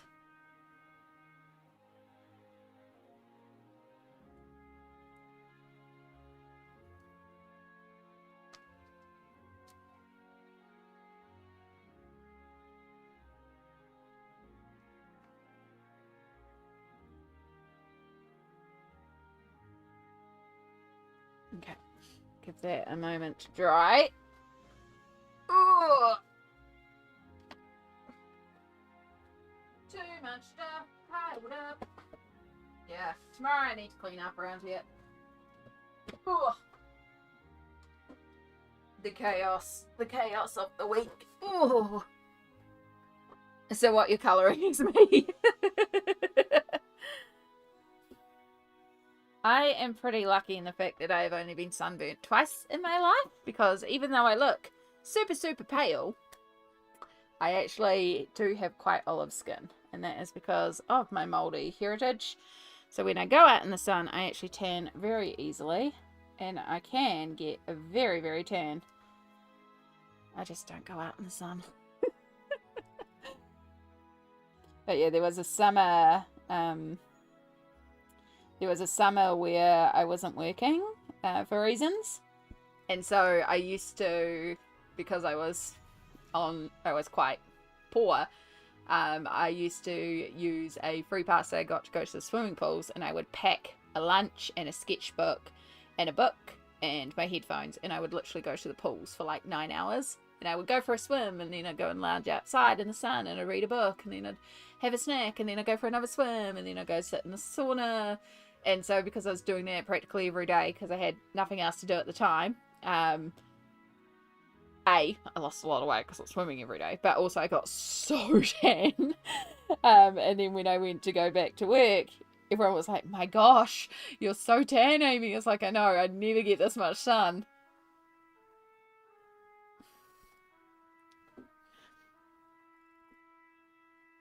I'm still on a learning curve with my Neo 2s, but that they are nice. Oh, Maria Turrell and Hannah Carlson books so far. Yeah, a lot of people seem to like using them on those books. I think I can see why. There's a little bit of texture to that paper, and I think it does pick up well.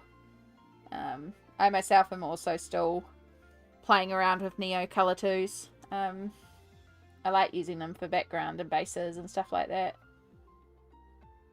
They are a very neat supply.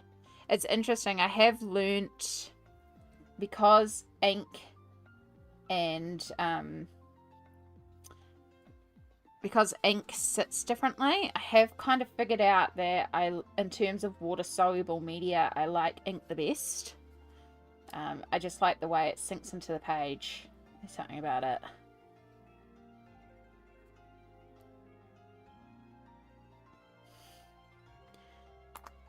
I want the slightly bigger one. A little bit of each of you. I just want to do the most palest of washes.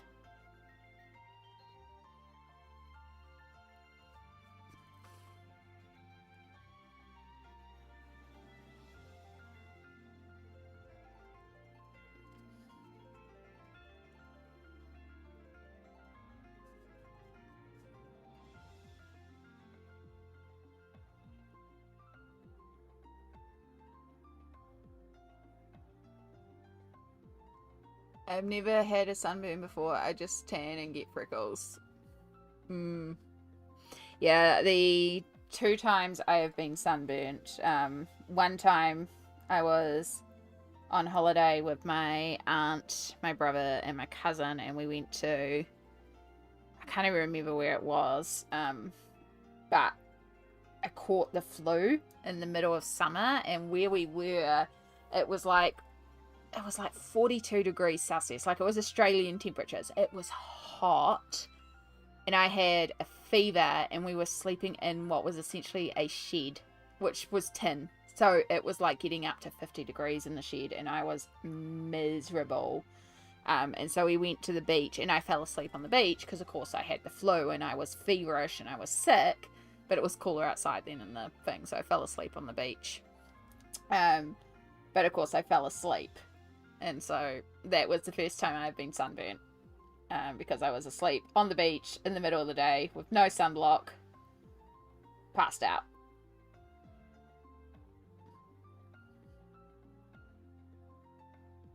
It was awful. It was absolutely awful. Love my Albert Duras, but can't wait to get the Inktense. Only a few open stock of the Inktense to try. It's a good way to try it. It's how I built up my collection, basically pencil by pencil. It was like,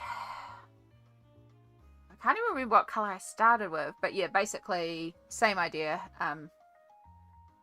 Hadasa. It was a couple pencils and then build out the collection from there, and over time very slowly built out the full thing. So it's been brought pencil by pencil. There was a video I did a while ago. I wonder if I can find it. It was when I got the new 28 pencils, and I was swatching them and I was testing the colours, and I kind of talk about how some of the colours are similar. You don't have to get every colour, and what colours I would get if I was starting over. Like what colours I find really useful. Because there are certain colours that you definitely, I mean, it depends what applications you're going to use them for too. So, you know, it's subjective. But for me, there are certain colours that I certainly gravitate a lot more towards than other colours. I can't even remember what I said. I'm pretty sure Willow was one of them. And then the Natural Brown. Dark Mink, I know, is one that I actually use a lot. Smalt was the one at first that was like, you're gonna end up using Dark Mink a lot. And I think in the video I was a little bit like, yeah, I could kind of see it. I use Dark Mink all the time. Smalt was right. There's a reason why the rule here is in Smalt we trust. Smalt knew. Dark Mink is great.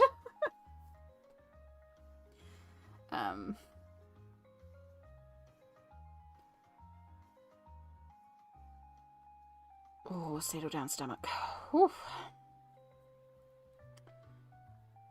Okay, so I need to do a little bit of a wash on the forehead still. I might also need to trim this brush because we have one flyaway, and that's really annoying.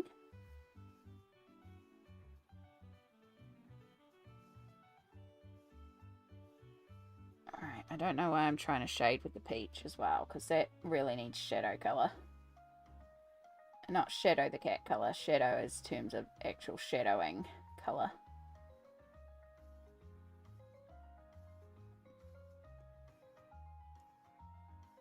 We'll search for the video. Saw you live, subscribed as I saw the book you were colouring in. Oh, thank you so much. I appreciate that. I'm like really close to 4K in terms of subscribers. Like, not that I really care about the numbers or anything, but I did notice that the other day, and I was like, oh, I'm actually really close to 4K. I think I'm like 10 away or something. Like, I really should do something for 4,000. I was going to do something for 3,000, but I then forgot. Yeah.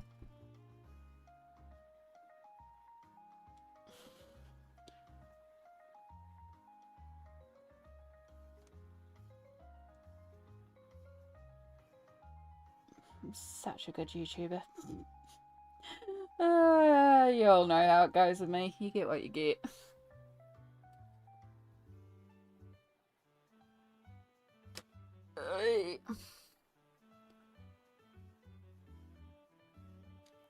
Okay.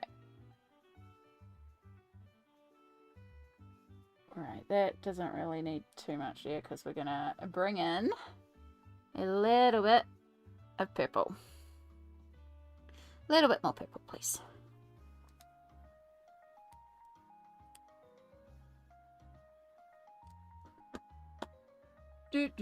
I remember what I was gonna do. I was gonna go here. I was gonna go here.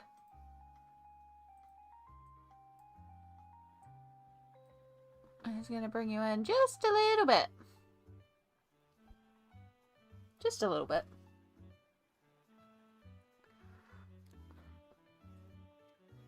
Dark mink is a must-have if you can get it. A swatch makes her look so unassuming, but she's actually a great colour in actual use. Really is. Really, really is. I did not think I would use dark mink as much as I use dark mink.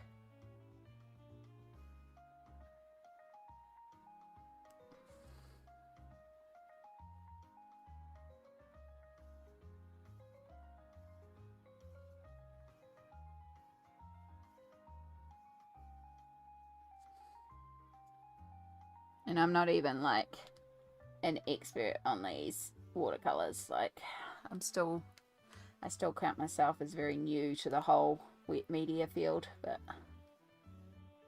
I don't know, something about inks. I like my inks.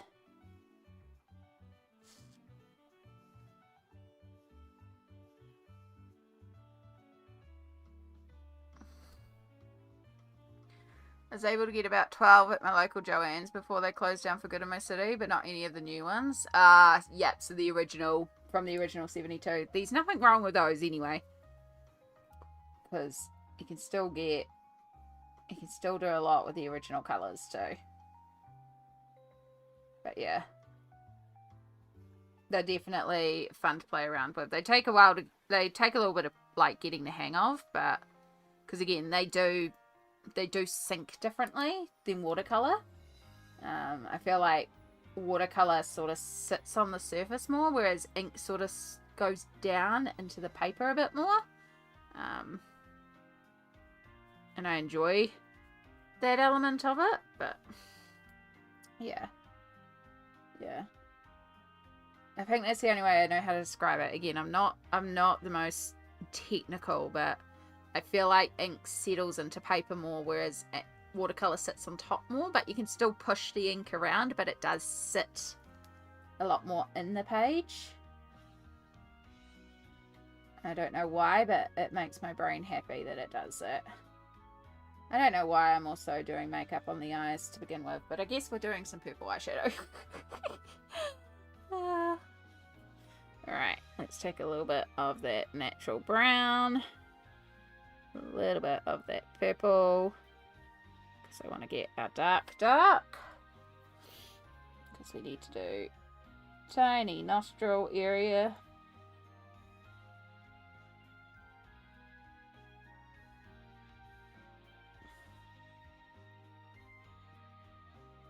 You're building up skin tone beautifully using them. Thank you. That means a lot because, again, I still count myself relatively new with wet media, but I'm also really enjoying them. I definitely am feeling a lot more comfortable with my Inktense this year.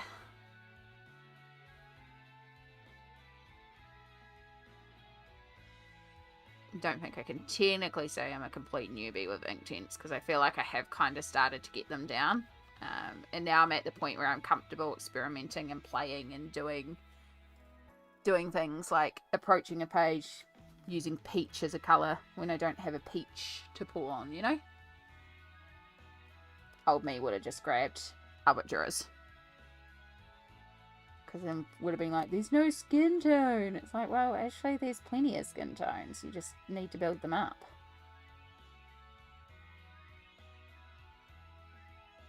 I wouldn't even call the peaches in Albertura particularly skin tones anyway. I do like using the Van Dyke Brown, though, for skin. I love Van Dyke Brown. It is my favourite brown in Faber-Castell. And I've used it to extinction many a time. Yeah, with the Albertura, I have to layer up to get the colour vibrancy I want, and it's different because they reactivate when adding more colour. Yeah. And I think that's one of the really neat parts about this, is I know I can lay it down, and then if I leave it to dry and walk away, if I'm happy with it, but it just needs more, I can leave it to dry, come back, add in more. Like, I can come back in later on, because I haven't done her, like, eyes. I actually do want to put some eyeshadow and some colour around there, but I can go in later and do that. I haven't done blush on her, but again, I can come back in later and add a layer of blush over the top. And I feel like that works really well for the blush as well. And the makeup is doing the skin first, letting that dry, and then coming in and adding in the makeup layer, which is, you know, how we would do makeup. We would have our base layers, and then we would come in and add a colour on top. But I like that translucency, but also that knowledge I can come in and shade on top and not have to worry.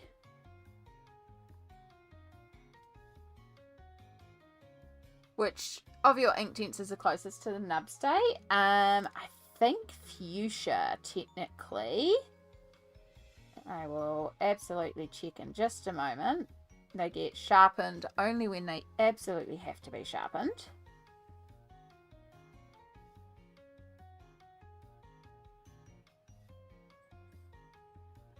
Of course, fuchsia has the fact that it's like an older pencil as well, so she's got a little bit more to her than the newer colours.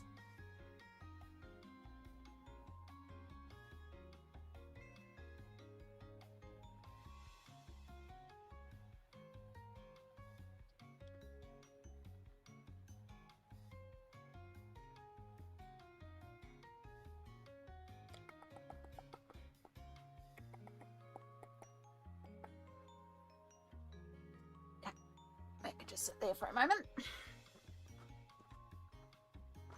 Oi.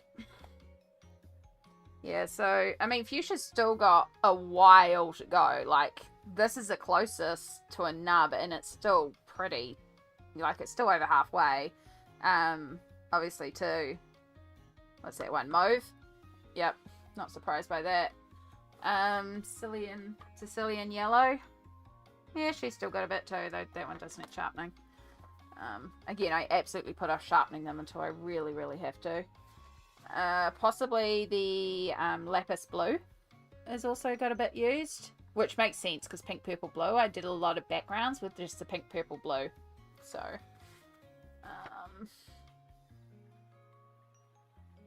yeah. I think Willow's getting down a bit too. I use Willow a little bit. But most of them are still pretty reasonable. So, I don't sharpen my Inktense unless I have to. So my shortest is lapis blue and it's still got plenty of life in it. Yeah, and that's exactly it. I absolutely do not sharpen them unless I have to sharpen them. And even then I hold on to the sharpenings because, like, when I had to sharpen my Payne's Grey, I had to sharpen it because part of it broke off, just like the tip of it. But, you know, a chunk like that broke off. So I took that chunk and put it into a medicine lid and I used that to make up a bunch of paint. And I use that on a bunch of things because, like, I ain't wasting all that Payne's Grey. That's a lot of paint. They made a lot from it. I know these people that when they sharpen them, they do compress them and actually hold on to all the sharpenings as well. Which, I mean, in theory I should do, but I also can't be that bothered. But again, I really don't sharpen them a lot. Which, if now with this technique of dabbing them onto the palette, or if I'm pulling directly off the pencil, I really don't need to sharpen them because I'm not colouring directly on the page with them as well.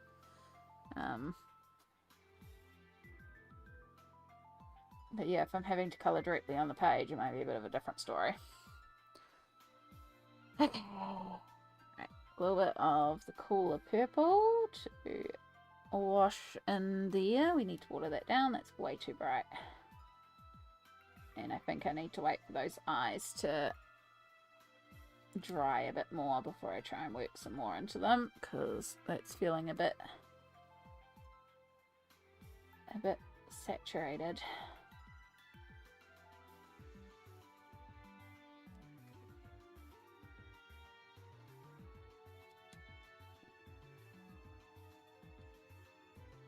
Alright, we will leave that there for now. Might come in and do some more, but I think we've got sort of that light peach. Again, she really needs blush. She really needs some blush, and she needs a little bit more work around her nose, but I want to give that all a moment to dry before I get in there. So let's do some work on the neck. TK Dodo! Hello, hello, lovely. How are you going? Welcome in. If anyone's not aware, TK Dodo is essentially my Twitch twin. We share the same birthday. We also both colour. We're also both cool people.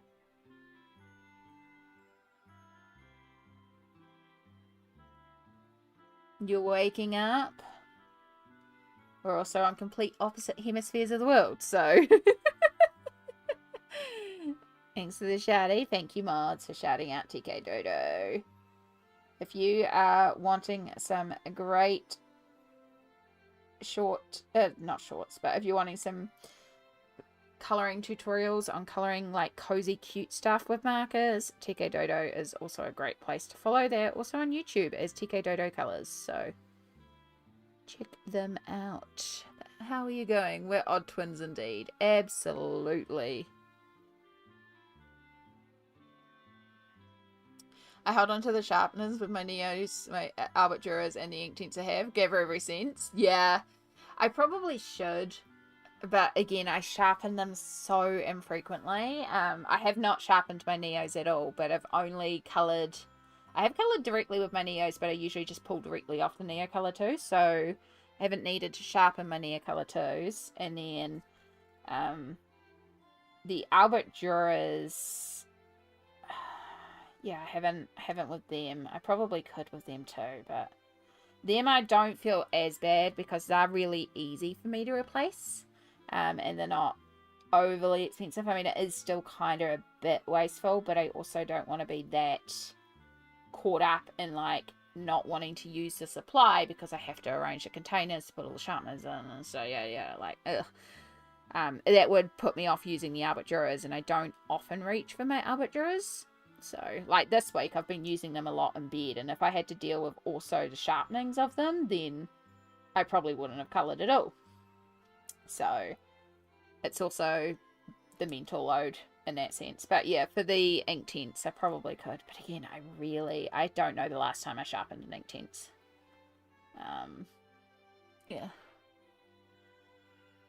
How do you spell TK Dodo? No worries. It is... So... Apologies. I will copy over TK Dodo. No, I won't, because that won't.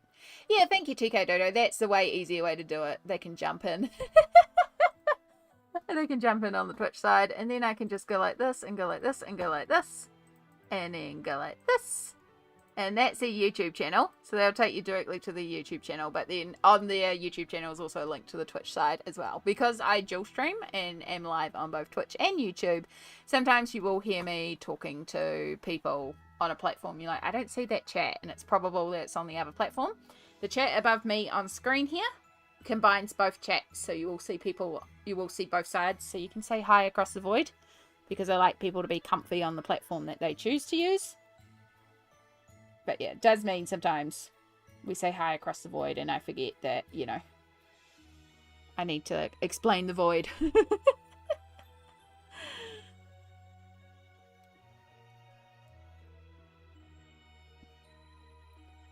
The joys of the internet. Yeah, multi-stream can be odd for the viewers. But again, when I decided to switch to multi-stream, it was, was established on Twitch. I've been streaming on Twitch for like 10, 11 years on and off. Like a really long time on Twitch. As you can see, I'm so professional with it. But these, you know, these regulars on Twitch have been here since day one. You know, these are regulars. And it's like, but I also had the YouTube audience with the YouTube videos and stuff like that. And I was like, I don't want to stop one for the other. So it made sense to do the multi-stream and still have our Twitch fam, but also stream on YouTube so the YouTube fam could join in.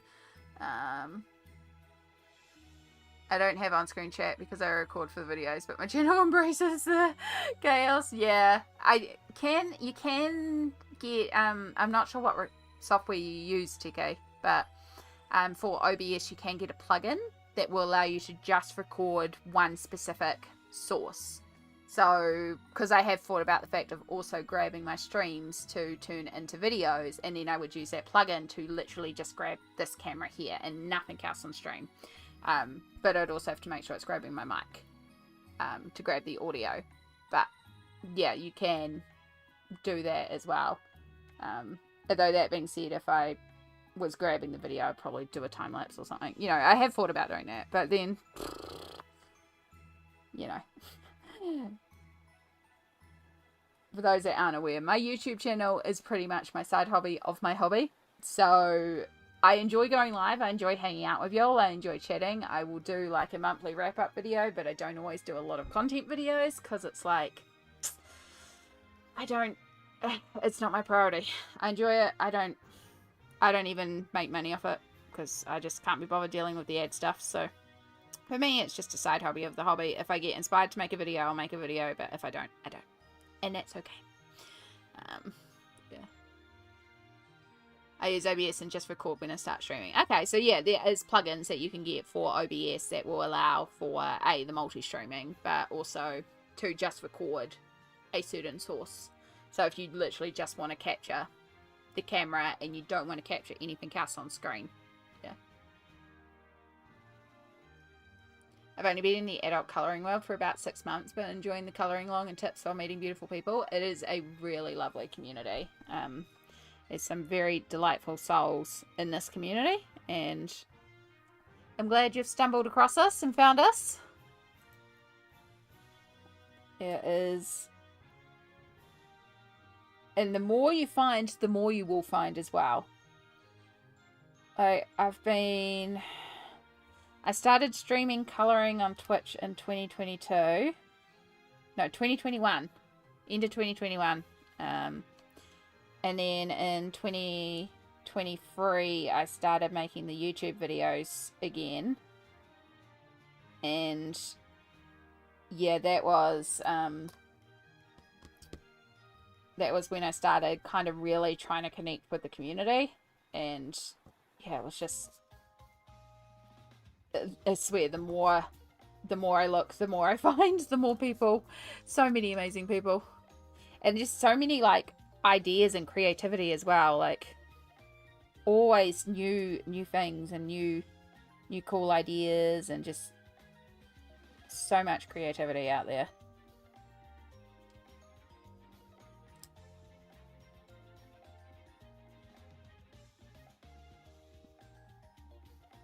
So this is where it might get a bit difficult because I do have a little bit of bleed through from the other side.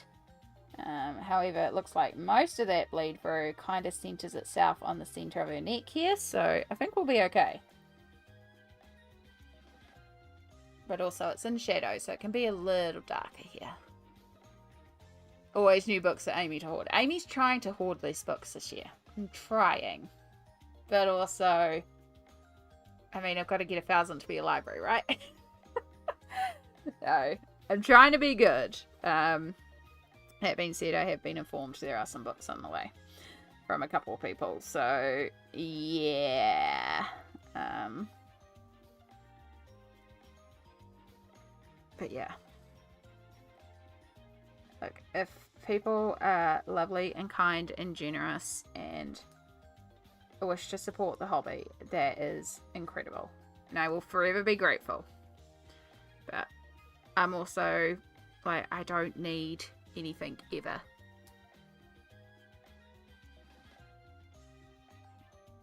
Just chill out, relax, and hang. You do not have to do anything because, you know, I have, what, 34 years worth of colouring according to my calculations. I don't need more. I know you're trying to be good, but did you see a million hugs and kisses? It's so cute. It's very cute. I did see it. I don't feel the need to rush out and get it. I have so much Lulu Mayo, and I barely coloured anything of hers last year. I do love her stuff. It's, again, right up my alley. But I barely coloured her books last year, and I don't feel the need to rush out and grab it, which I thought was actually quite good for me. It's like, okay, this is progress. Yeah, I'm not opposed to, like, if I find it on a good clearance deal, or, you know, if I find it somewhere and it's a reasonable price, I might grab it. Or if someone is like, nope, you need this one in your collection, it's like, awesome. It is a gorgeous book. I will absolutely find reason to colour it, but don't feel the need to rush out and grab it straight away. Yeah, I mean, legit, when we went to Lydia Fenwick's website tonight, and I saw that Flower Girls digital colouring book, that's the first book I've seen in a little bit where I've gone, yep, I'm going to need to get that. And I think that's partially just because I'm obsessed with her work right now. So that's also a little bit of inherent bias. Yeah, the only things that I know, there's a couple of mythographics coming out, even a couple of the Mythagorias, the Mythagothica as well. I would be interested in that one because it's Fabiana Atanasio, and I do enjoy her work. Yeah. I know that there's another Tommy Mickle book coming out, and I do want to eventually get the Animal Band one that was released early last year, and then the one that's coming out is an Alice in Wonderland themed one. I do really like the Tommy Mickle series, so those are probably the only things I'm really keeping an eye out for. But yeah, I don't have a lot of like I need to grab. Yeah. The Critical Role Belle's Howl colouring book is the other one that I want to grab to finish off the Belle's Howl collection. But it's just trying to find one that I can get to New Zealand for a reasonable price. Yeah. I only have one Lulu Mayo, House of Wonders. That's a really good one, with it being single-sided as well. Yeah, it's a very cute one as well. A Million Hugs and Kisses is my second Lulu Mayo. She has so many books, but I don't need all her books. I think I'm happy with the two. Yeah, that's kind of what I was feeling. Like, I do really like the Hugs and Kisses, but it's also like, I have like 8 or so of her A Million series. Like, I have a lot of her A Million series. So, I mean, I just flipped them all for my complete collection tour, so it's like I have quite a few of them. And when I was flicking through them, it also kind of made me realize of like, oh, I didn't actually colour a lot of Lulu Mayo, but I have a lot of Lulu Mayo. But I'm not going to unhaul them because I do enjoy them, and there's also other factors why I didn't colour a lot in certain books last year. But it also made me go, I don't need to rush out and get the newest Lulu Mayo, although it is, again, very cute. Gonna decide to give digital artistry a try. Perfect. Oh, good. You enjoy your lurk, TK Dodo. I have got a little stretch reminder from Smalt. Thank you, Smalt. Alice in Wonderland. Yeah. I don't know who the artist is. I'll see if I can find the information for you. But it is one of the Tommy Mickle books. I might be able to find you a pre-order listing. Of course, it's all going to be in Japanese or something, so...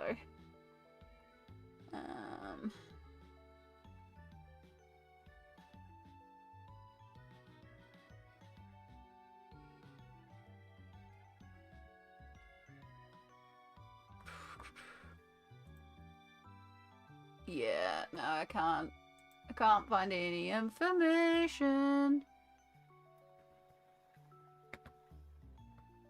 Alright, you gonna give us a pre-listing?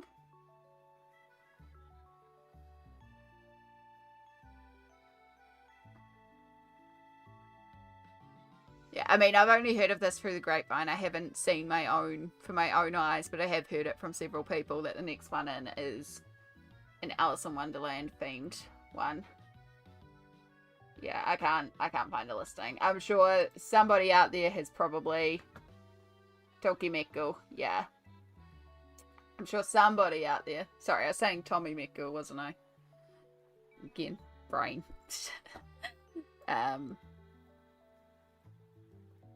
Yeah, I can't even remember who the artist was. I'm sure somebody mentioned it, but you think my brain can remember any of this?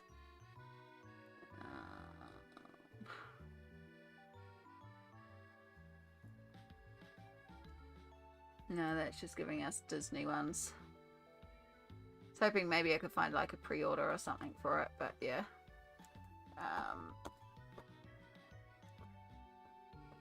So the series is...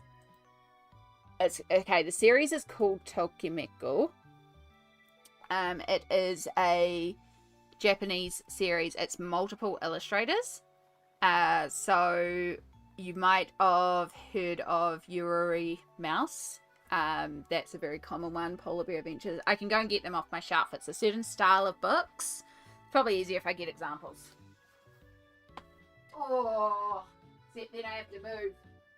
Oh, tummy.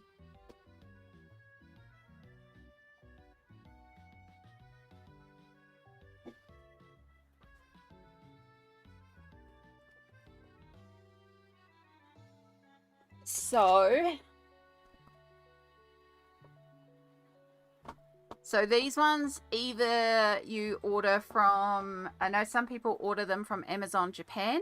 I get them from Pompadour24 on Etsy, which is a little bit more expensive, but I can't navigate the Amazon website very easily. So for me, it works. So it's a certain, they're all this style of book. They're all this sort of size, more rectangular books. And as you can see, they're all in Japanese. And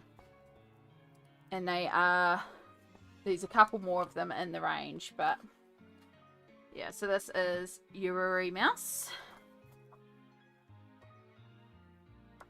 Yeah, they are very cute books. They also work amazingly with Inktense, but they are completely in Japanese. So this is Let's Go Traveling with Wild Mouse Yururi, and it's by Inatomi Makiko, which I can type out for you.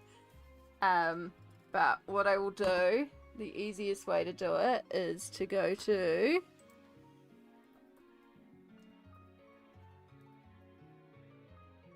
Pompadour24.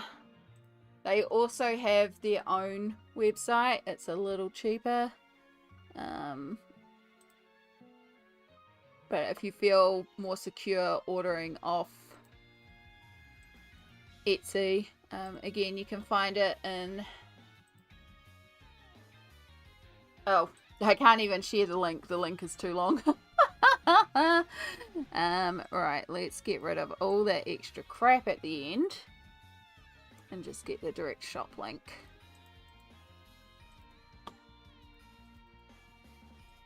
Paste. Go. Alright, so that will give you an idea. Be prepared, shipping is very expensive. But they are gorgeous books. But they're definitely... Yeah, again, Amazon Japan is meant to be a cheaper way to negotiate getting them. I don't know how to use it. I don't feel comfortable using the site. I do Pompadour24. I do Pompadour24's actual website though, which is slightly cheaper. And usually I order a few books at once if I do get them, because the shipping is a lot more reasonable if you're getting a few books. But yeah, I'm not going to pretend that they're cheap by any means. They're definitely very special books. And that's why I haven't like rushed out to get the Animal Band book, because A, they're not the cheapest books with the shipping, but because there's a second one coming out, I'll be more likely to do an order and get a couple, but I'd save up for it first. So I'm waiting for the Alice book to come out. I will check out what it looks like, and then I'll decide if I'm saving up for that or something else. But yeah. It's not like I need to rush off my feet to buy any books at the moment. Again, I have like 34 years worth of colouring. We're good. We're so good.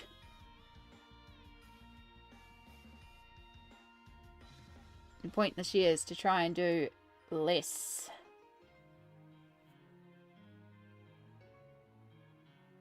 I just realised I don't even know where I put my phone in all this chaos.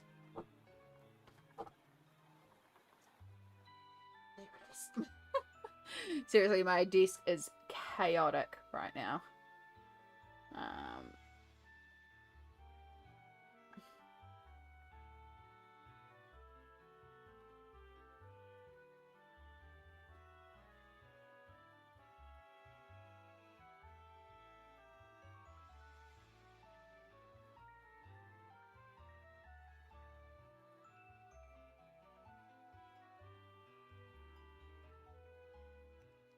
Okay.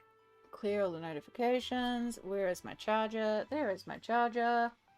Did I have my pills today? I did. Yes. Okay. Med check, y'all. Have you had your meds today?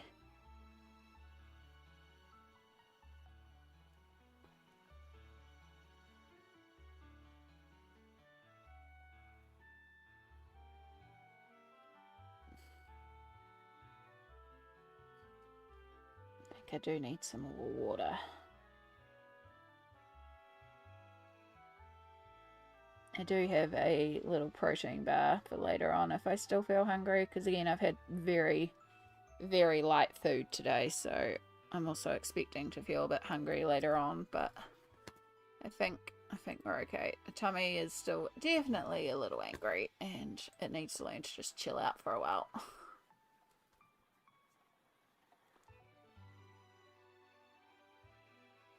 It's not too bad if I'm just like sitting still. It's the standing up and getting down, or lifting of shadow, where it's like pulling on things. Or if I sneeze, oh dear God, if I sneeze, it's like hell on earth.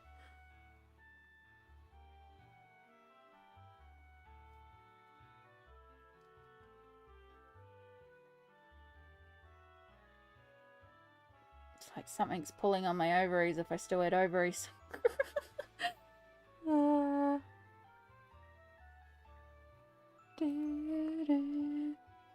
So yeah, tomorrow I need to go to the print shop, get a couple of things printed, including the freebie page for Piggy Pen's Tubathon, the charity stream that we're doing on Feb 1st.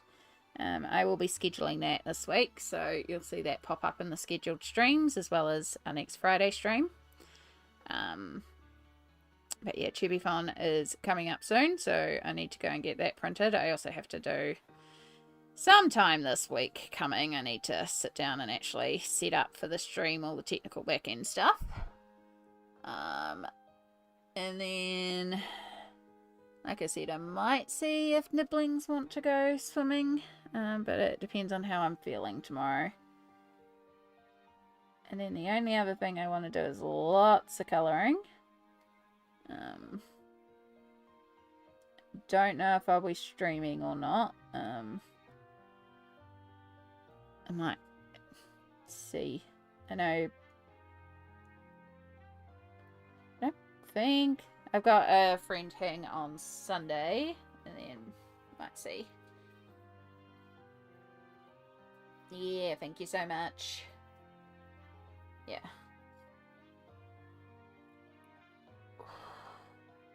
Tell you what, I hope stomach isn't frickin' happening like this on the Tubathon day. It's not going to be fun. We will push through though. It is only 80 minutes.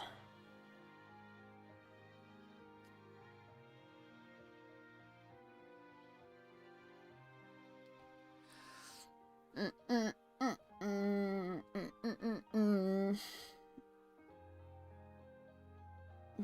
where's our bigger brush? Not that it's much bigger, but you know, it's a bit bigger.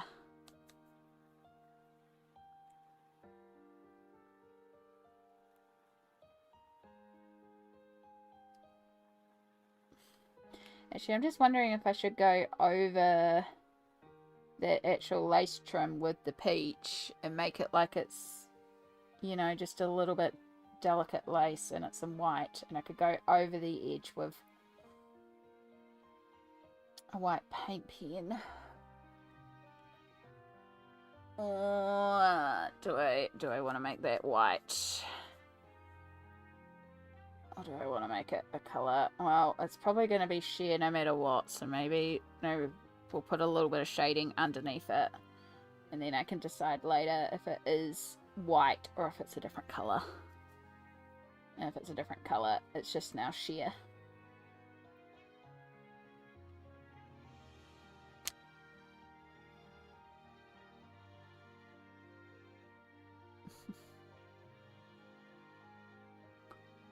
My birthday is Sunday the 25th, so your Monday. I will be working, unfortunately, and Monday is my busy day. Unless it's a public holiday. Otherwise, I would love to, but happy birthday for Monday. Yeah, no, Monday is our, it's our grocery day and our errand day, so I always take Mum for errands on Monday morning, and then I relax and recover, and then I go to work, and Monday work is one of my busier work days as well, so, oh, I so would.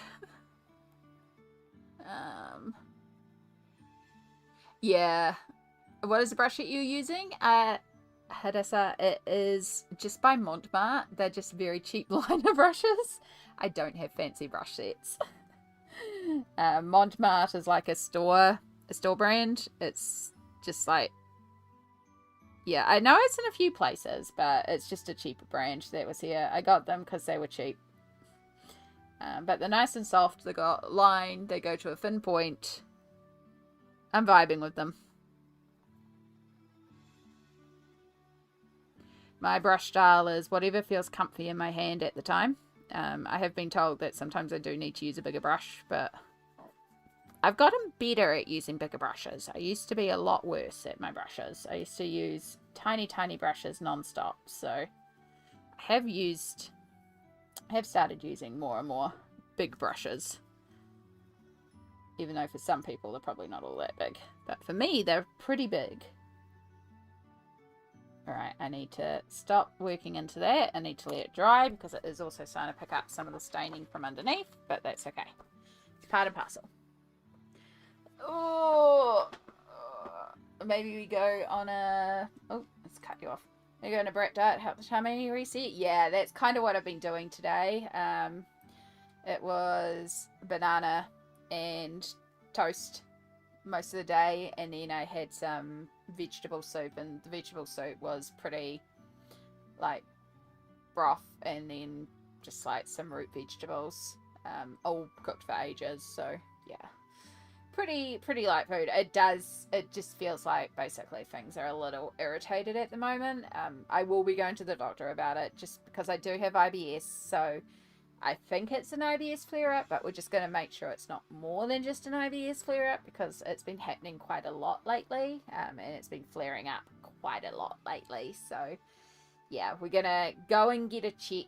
I realised I don't think I've ever technically had a celiac blood test, so I'm going to get that tested because since I work in a medical lab, I know for a fact that for a celiac test to be accurate, you need to be eating gluten. And I am currently eating gluten, although when we do things like spaghetti bolognese or a pasta dish, we do go for gluten-free pasta because I know that's a tummy trigger for me. But of course, like right now I'm eating toast. So right now I have 6 weeks of gluten in my system. And I think I will need to do, it's something I've done before where it's the FODMAP. It's like an elimination thing where you kind of just work out what foods are triggering you.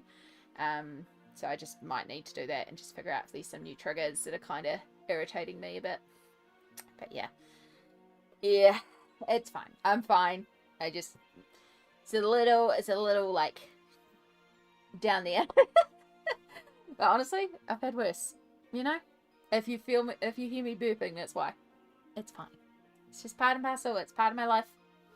Inflammation in every part of my body. And we cope. And we do great. Some art tax. Ooh. Sunday maybe? Maybe. I've got a thing on Sunday morning. But possibly Sunday afternoon. It will depend how I feel as well. But yeah. We're starting down the spectre of the largest winter storm in recent US history. Oh no, stay safe. We've had some really bad flooding here, so it's not good. Don't like that. We have a public holiday in Australia Day, then it's my husband's B-Day and back to school the day after. Ooh, that's cool. The, oh, there's smoke. Oh, open lake, open lake, open lake. Words. I know words. I'm good at words. I told you before, I'm so good at words. Look at the little cutie. Look at the little cutie. Can see where this is going. One of the YouTubers I liked watching ColourTube has just posted for the first time in like 4 months. Heck yeah! Love when that happens. Oh, it's so cute. I imagine that's going to be activated and then it's going to look even more magical. I'm presuming this is your water soluble pencils or Inktense Smelt. This is from Smelt as well. So cute. So cute. Oh, love it. There's so many creative people out there. Yeah. The what public holidays have we got coming up? I know we've got Waitangi Day, that's February the 6th, which I believe falls on a Sunday or... No, it's a Friday. I'm sure it's a Friday because I get like a long weekend. And it's like, yes, it's on a stream day, so I'll do an extra long stream. Yeah, Friday the 6th of Feb. So my Friday the 6th of Feb, which is most people's Thursday, because New Zealand time zones, we will have an extra long stream that day because it's public holiday. So I know we've got that one at the start of Feb. Start of March is... Oh, excuse me. My regional holiday, Taranaki. So, yeah, that day's coming up, which will be fun. So that'll be another public holiday day. It's March, and then as we head into April, there's a couple as well, but I might...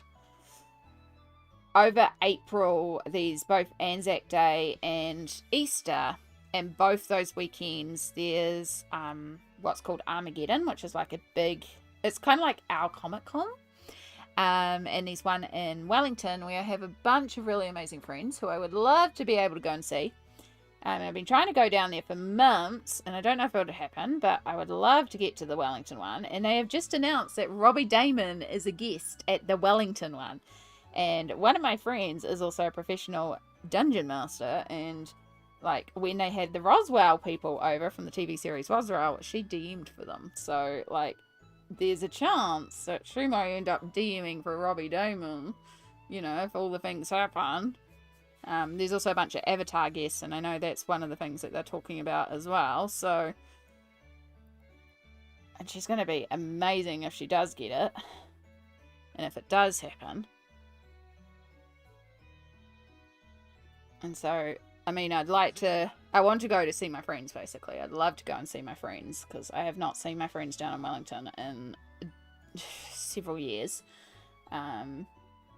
So I really do want to get down there soon and see everybody. But, like, this is a good weekend to kind of do it, because we're all going to be in one area. Plus, there'll be some other friends from other areas of the country that will come down to Wellington as well. So I can catch up with a few peeps. But, yeah. I don't know how it'll go. But if I don't, I'll stream, because I got nothing else to do.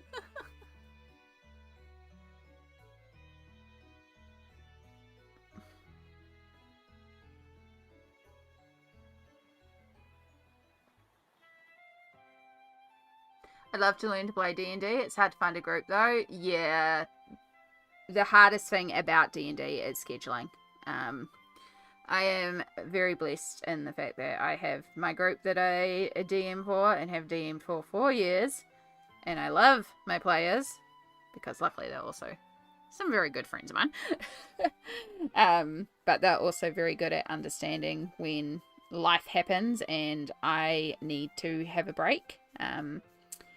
And I need to step away as a DM. Also, right now we are on a break for another reason, and I miss it, but it happens, and it's also part of the reason of the group. Very understanding that right now we need to just take a pause and focus on other things. But yeah, I'm very, very grateful to the players I have. It's not just also the scheduling; it's also finding the right players to play with. So. Yeah. If I had the mental capacity to run more D&D, I would be doing a lot more D&D, because I know there's a lot of people in the colouring community who would like to try roleplay. And like I really do enjoy running TTRPGs or tabletop roleplay games. I enjoy being the DM. I have realised I do enjoy playing every once in a while, but I definitely enjoy being the DM and creating the world. And so I'd love to be able to have the energy to do it for more people. It's just, it's a lot. For every like hour game that you're running, you're putting in multiple hours of prep. It's the energy of performing. And it's often also on the DM to be the organizer, to corral the people together. This not so much in my group. Again, my group is fabulous. But it's something I'm aware of as a DM. If I do go into another group to play, it often falls on the DM to be everything. It's like the DM's already doing enough. So yeah. And also as a player, you get out of the game what you put into the game. And it can be really hard as a DM if you put in so much energy into this game and then your players don't give you anything back, because it is also you're playing with your players, you know. Yeah. I love it when a group acknowledges that breaks are needed and life happens. Take some of that pressure off. We have the new books in the One Shot Wonders book. I'd love to learn to DM, but I have no clue where to start. Honestly, Rosalind, I started having never played a game. My very first game of Dungeons and Dragons I played, I was the DM. It's yeah. They do. I'm not familiar with the new rule set. I'm familiar with the 2014 rule set, not the 2024 rule set. Yeah.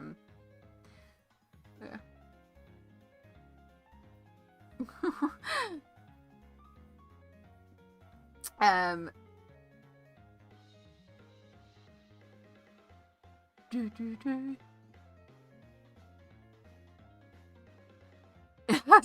was about to say, I was just looking at all that. It's like, what's going on here?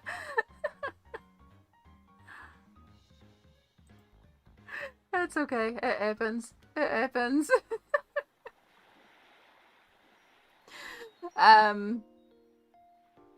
God, what was I saying? Sorry, my brain is already just bleh. I can't even remember. Yeah, that's right. We're talking about D&D. The only advice I can say is it does say in the book, like, you know, at the end of the day, it's the DM's call. It's just have fun with it. Like, I went into my first DM game. I had one player there who was a forever DM. So they were really excited to come in as a player. And then I had my brothers there, and I had a few of my friends there, and none of them had played D&D before, except for the one player. So most of them had no clue what they were doing anyway, which is great. I did make the mistake of having 7 players at my first table. Too many players. Don't do that. And yeah, we had absolute fun with it. And yeah, like, I made a lot of mistakes. I remember one of my very first things that happened was, it was just like a goblin attack. I was just doing one of the starter box sets, and a goblin attack occurred, and, you know, I was fully expecting them to attack the goblins and do this and this. And one of them turned to me and went, oh no, I want to attack the tree, because they were trying to punch down the tree. I was like, what the heck? How do you punch a tree? What's the AC of a tree? Like, I just started panicking, and the experienced player was like, you just make it up. Yeah, and we did in the end. And that's when I learned very quickly that silly stuff is silly, and just have fun with it. There are, one of the podcasts that is my absolute comfort podcast to listen to is Dungeons and Daddies, which is not a BDSM podcast. Does get a little spicy at times, but campaign 1 of Dungeons and Daddies is very much a fly in the wall of a bunch of people just having fun playing a game. It is like, yes, there's some professionalism to how they record this as well. It is a very professional podcast, but it's also people that don't have a clue about the rule set, don't play the game correctly to the rules, because it's about having fun. They make so many rule mistakes, but it's so damn funny because they are literally just having the most fun. And that is very much what I recommend to people, because it's very easy to look at, you know, Critical Role, even Dimension 20, and all these grand productions. Like, even now, Viva La Dirt League having Critical Role productions as well. Like, all these things that are just getting so like high quality productions, and forget that it's literally just about sitting around a table telling a story together. So as long as you're all having fun, like, yeah, my thumbs are chunky, it's easy to hit this stuff, especially on the YouTube stuff. It's all good. Should still be all good. If we don't get a message, I'll just message somebody and just check, make sure everything's good. But I think it's all good. I mean, how many times have shield mode been hit on Twitch? And, you know, I almost banned TK Dodo before on Twitch by accident because I almost clicked the wrong button. So it was like, whoops, nope, not that one, click away. It happens. Still absolutely godsend of a mod. I would be lost without you.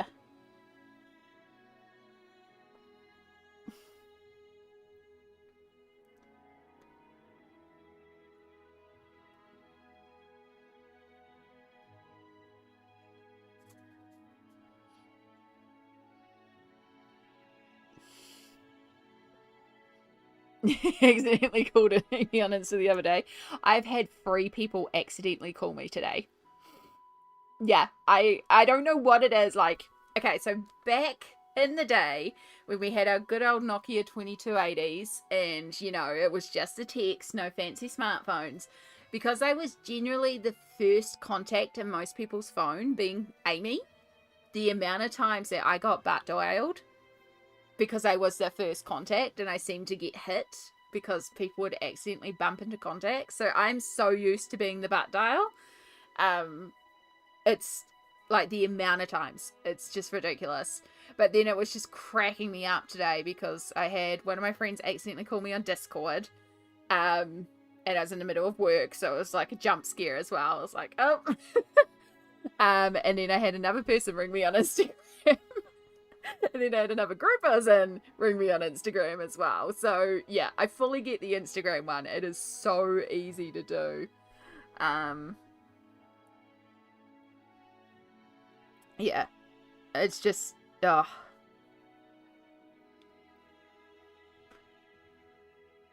Who else? Somebody else also accidentally called me the other night too. I think it was Candace. We were in the middle of a chat. Might have been Candace. It might have been someone else. Like, I've had a lot of calls recently, and it's people accidentally calling me. It's like, it's fine. I get it. Goodness knows I do it too. It's easy enough to do. Honestly, if you ever accidentally call me, just, like, hang up and then just go, whoops, like straight away, because if you don't, whoops, it will go like, don't be embarrassed by it, just be like, whoops. It's fine. It happens all the time. As you can see, literally this week I've been butt dialed, I think 5 or 6 times. But if you don't put the whoops, I'm going to panic that you were actually trying to call me and you want to talk on the phone. Like, yeah. Yeah. It's, want to hit the message. Yeah.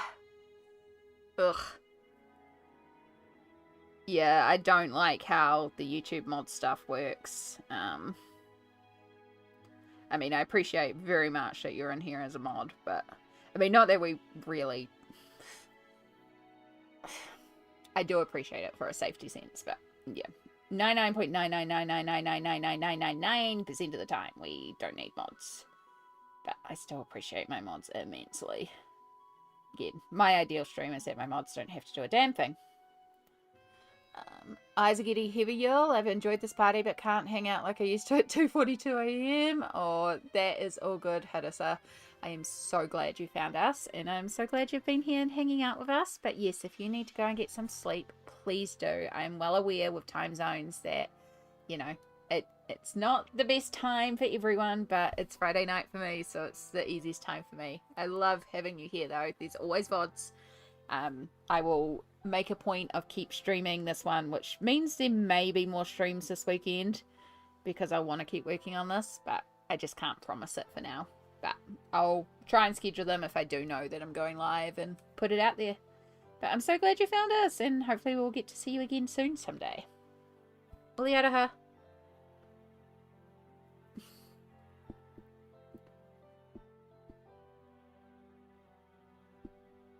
Right, no more purple, Amy. I know you love putting purple on skin, but she's actually starting to look purple.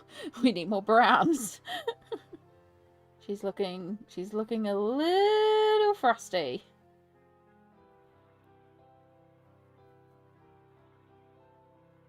Purple only works if there's a little bit of red to compensate. Do do do.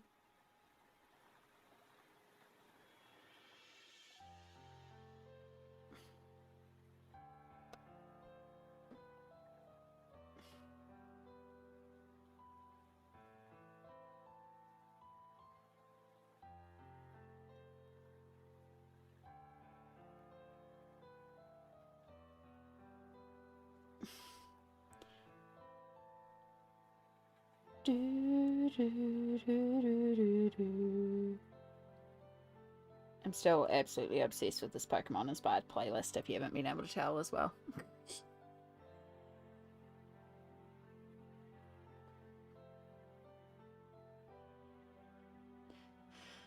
Oh, look at that. We're coming up to 3 hours.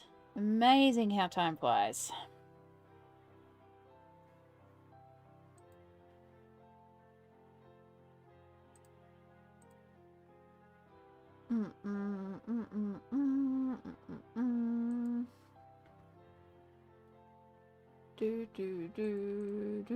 Right, everything's working all good. We're all good. Yeah. Oh, good, Small. I know it's getting late there too. You take care, lovely. Thank you so much for everything you do. I'm sure we will chat again tomorrow.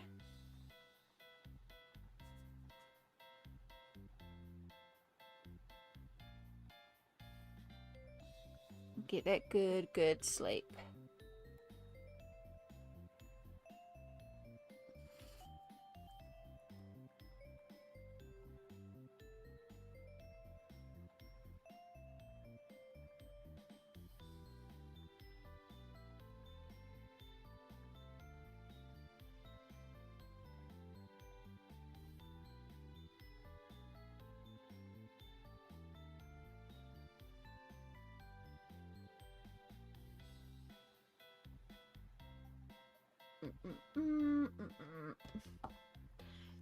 Hope you're all doing well out there.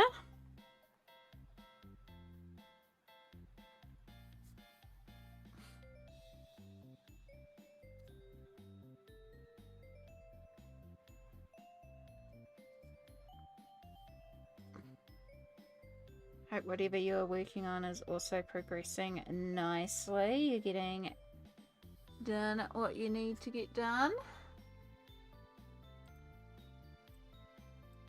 Oop.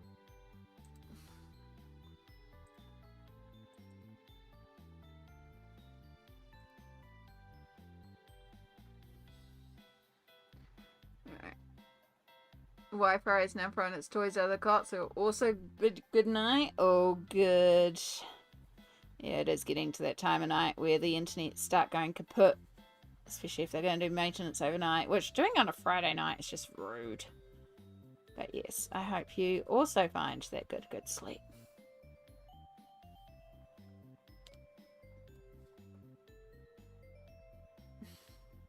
Thank you so much for the raid, Chai, as well. You have a wonderful, restful night.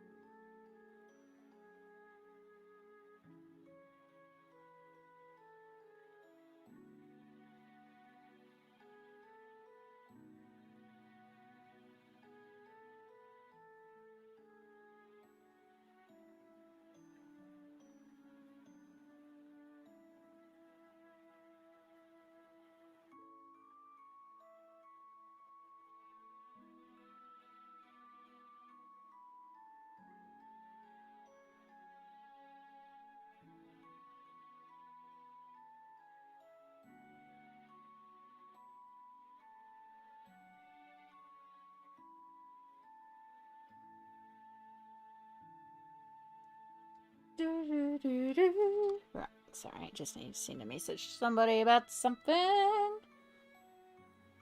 Alright, let's see about this hand. So I was just debating there for a minute too if I do a bit of a glow effect coming from the orb, which I think will be quite nice. But we still have to put our shading in for our hand.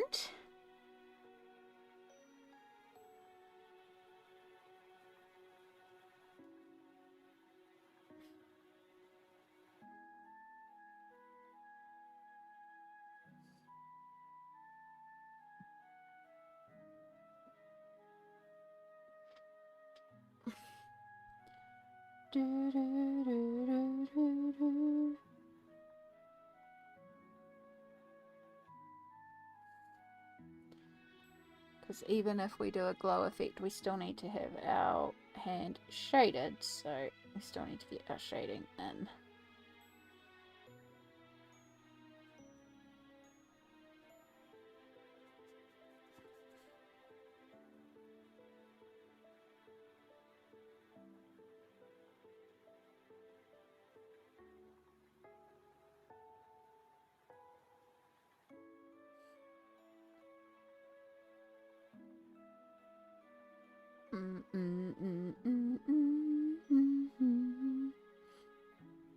This is exactly what I've been looking forward to doing all week.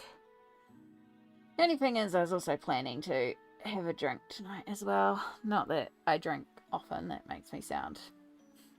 I have some apple wine that I've had for a while. I was actually going to have a little bit of it tonight, but not with my tummy like this.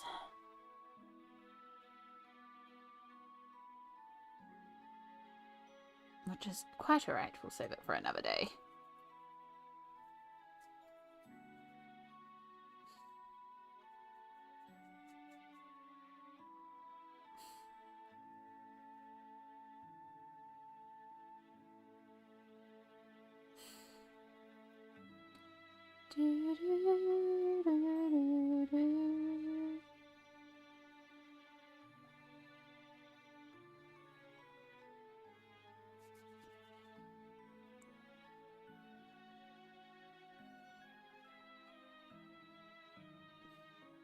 I do really love how she's progressing a lot. I'll zoom you back out so you can see a bit more of the overall.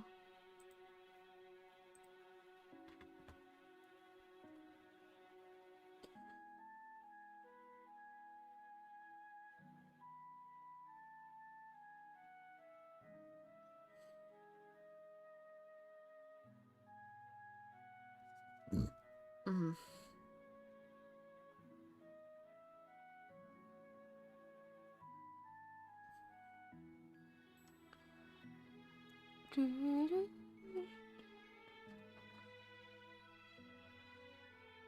It was just wind. Sometimes the house rattles and I don't know if it's wind or an earthquake. I think it's just wind. The wind is picking up a little bit out there, so...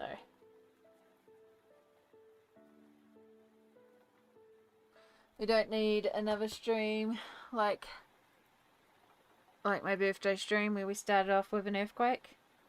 It was wild. I did actually make a clip of that. I keep forgetting to post it on YouTube, but I think it's on Twitch. I did actually make a little clip of it. It was just so funny.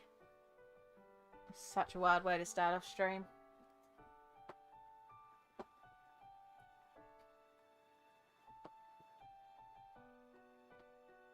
Oh.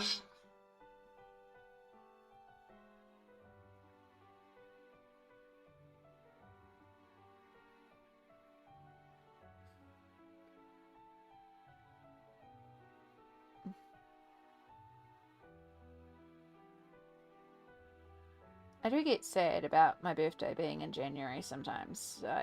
Again, I know I am very much a Capricorn. But the thing with my birthday being in January and so close to Christmas is that it's just done, you know? Like Christmas, New Year, my birthday, and then it's all done. And it's like, if it was the middle of the year, we could do like special Christmas, New Year time stuff. And then it's like later on for the birthday. It always used to annoy me a lot when I was a kid in school too, because it's like...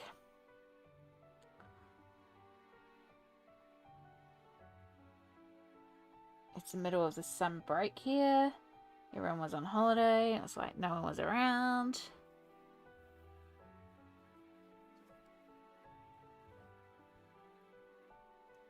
Oh, tummy.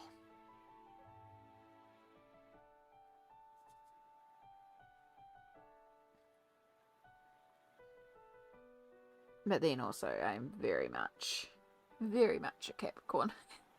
Do a channel birthday? I could actually. I should figure out when that actually is. I have a feeling that is mid-year, so it would make sense.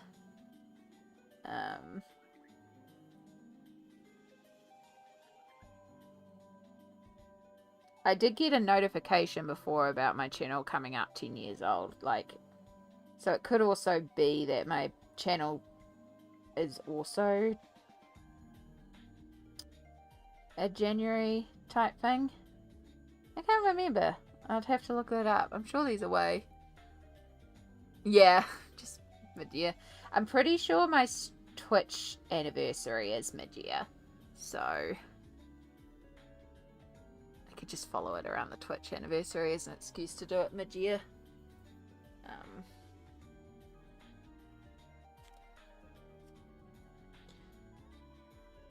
But yeah, could also just make it up. There's too many things on around January, so this one we celebrate in July.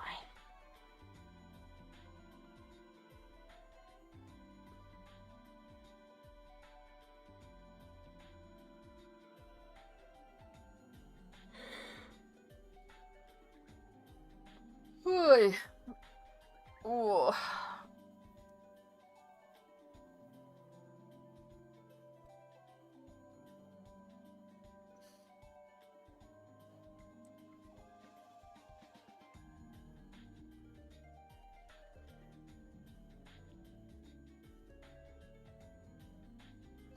Oh, might be time to take a break, yo.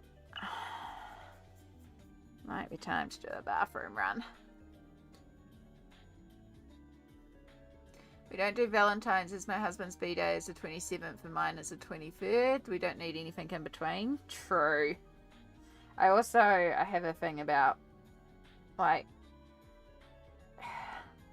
it's a cute idea, but it's definitely all about the marketing. Like, you know, it's the sort of thing that really should be celebrated all year. Like, you shouldn't need a public holiday to, like, show someone you love them, you know? It's like, it's an all-day thing. And I know that's kind of cliche to say, but yeah.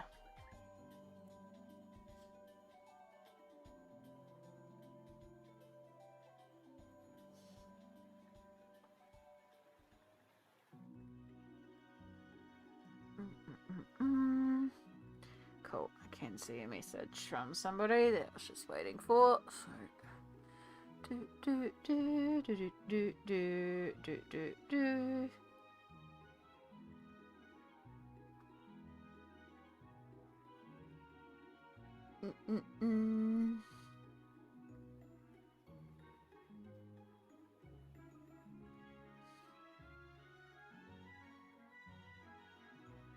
A little bit of deepen in there. Didn't even notice. Okay. Okay, that's good. Thank you, Elizabeth, for commenting as well. So for clarification on those that haven't seen it, what went on before is Smalt accidentally banned Lisbeth while trying to comment. So that is what we were talking about before. And then I noticed Lisbeth hadn't actually commented in a while, so I just messaged Lisbeth to check that they could still comment. They were instantly unbanned, but it's easy enough to do. Yeah. There are times we have had to actual ban people, but yeah, that was not a case. So good to know that it all works out alright. Yeah. Nah, it's because YouTube, when you ban someone, they can still watch your videos. It's still public. It just stops them from commenting. Which yeah.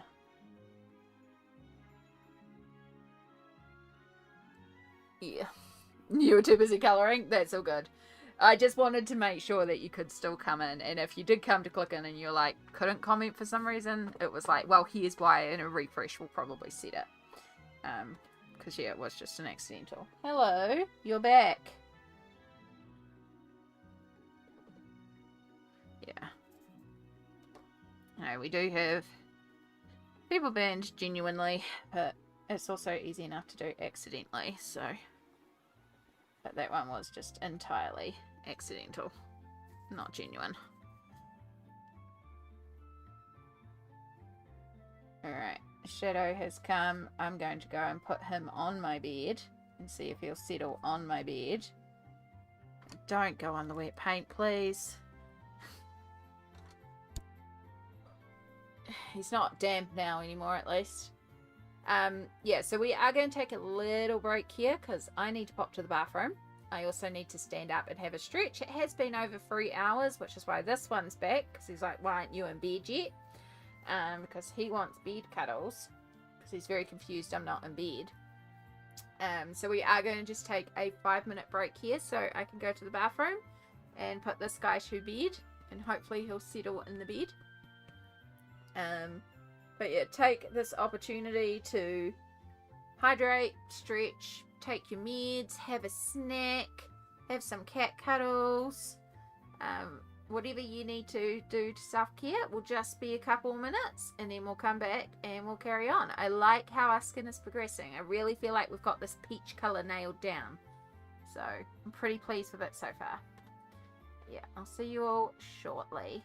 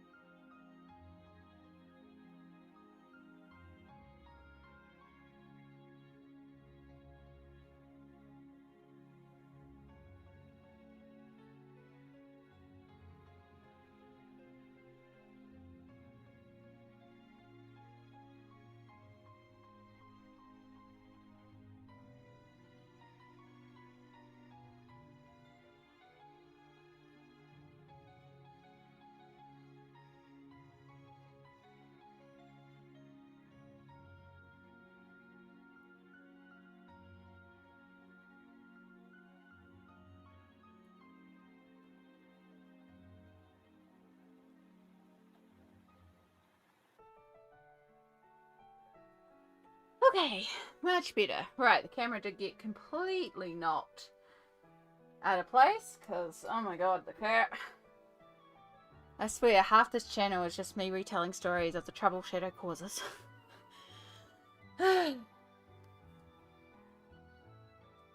So, we are back. Oh, this bra is irritating me. Hate the things. Much better. Went to the bathroom.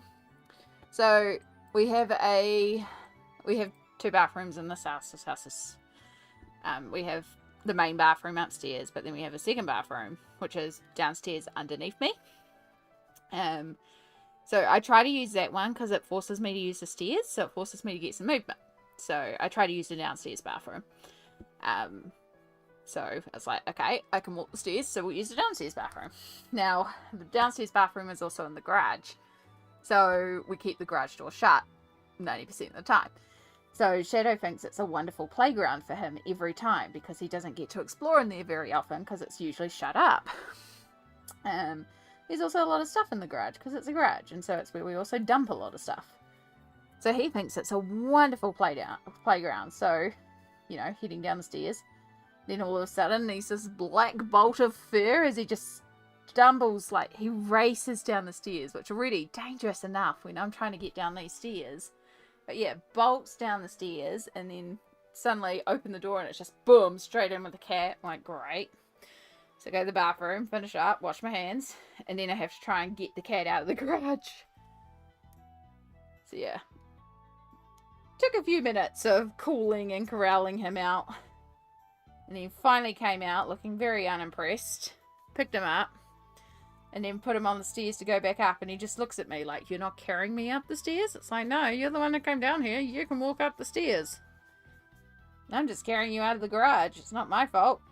If you choose to stay on the stairs, that's your choice. I'm going back to Stream Cat. Oh, he's a little troublemaker.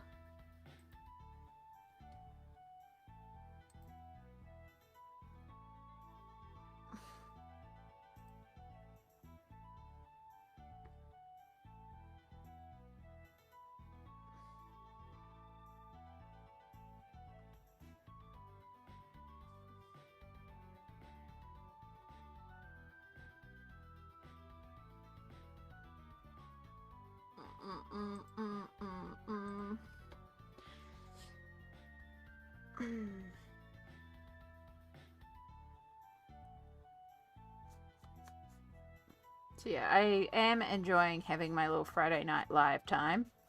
I'm glad I decided to start doing a Friday night live time. And I think so far it's working well. I'm sure there'll be other Fridays where I'm like, it's a bit harder after a work week or something. So we'll see how we go. But so far, week 2 seems to be a success. We're making new friends at this time. Again, I know that this time slot doesn't work for a lot of people, and that's okay. Again, it's what works for me, and not that it's, you know, all about me, but genuinely it's the time that works for me. So, and as a streamer, it has to suit me.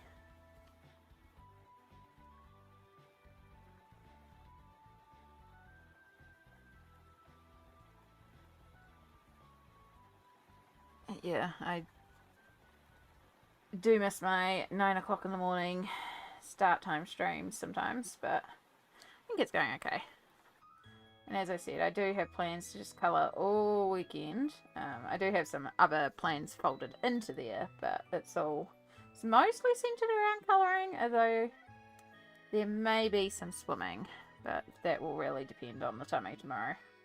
I'd like there to be some swimming, because I've been enjoying it.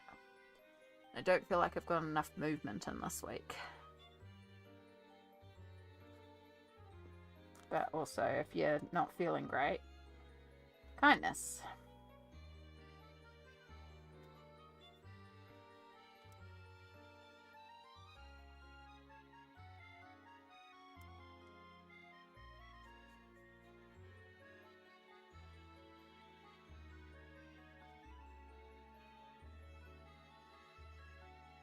Okay, I need to let that dry a bit because it's getting too saturated. need to cool down that brown because it's a bit too warm.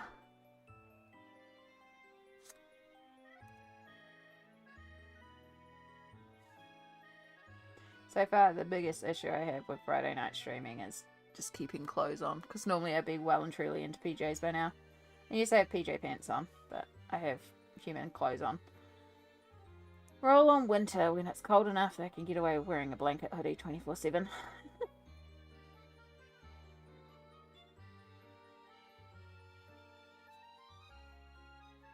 And if it gets too much, I'll just go and put a pajama top on. Just be done with it. This isn't a bad dress to be wearing. It is relatively comfortable, but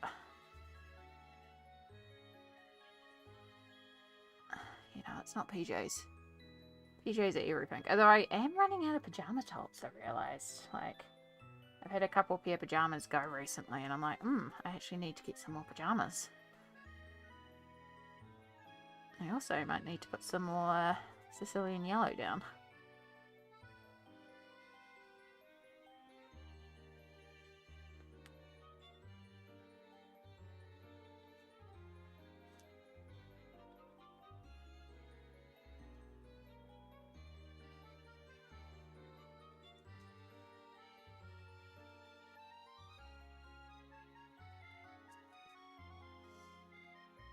Hope you're all doing well out there. Remember to hydrate.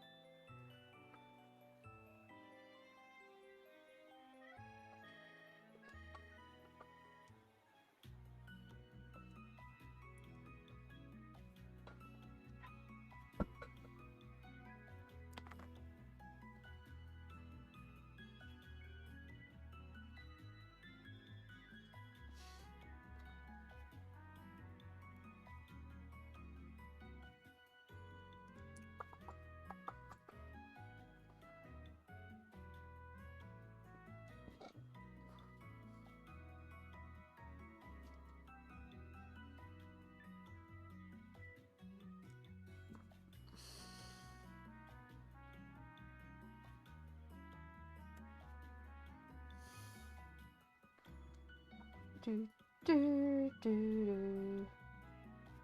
hope you're all doing well in there. How's our colouring going? Are we winning?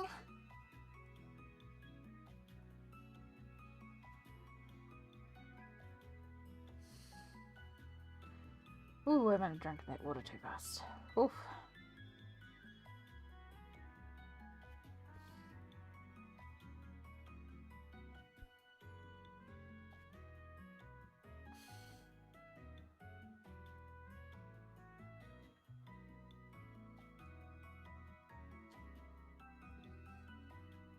I love how this is turning out. Thank you. I love it too. We may come back in and add some more details to places, but I also, again, I want her to be really light peach for her skin tone. I really want to do that light. Again, if I step out in the sun, I'm going to get sunburnt. Light peach skin. Because it's also nice to have a variety of skin, you know?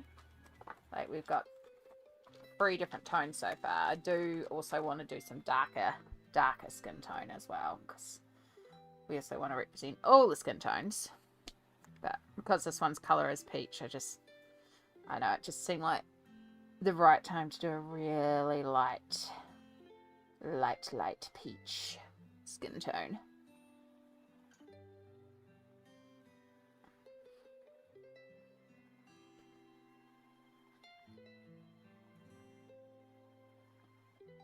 I'm already like, ooh, can we do another one after this? It's like, well, first off, girl, finish the one you're working on. But also, I swear I'm obsessed with this book right now.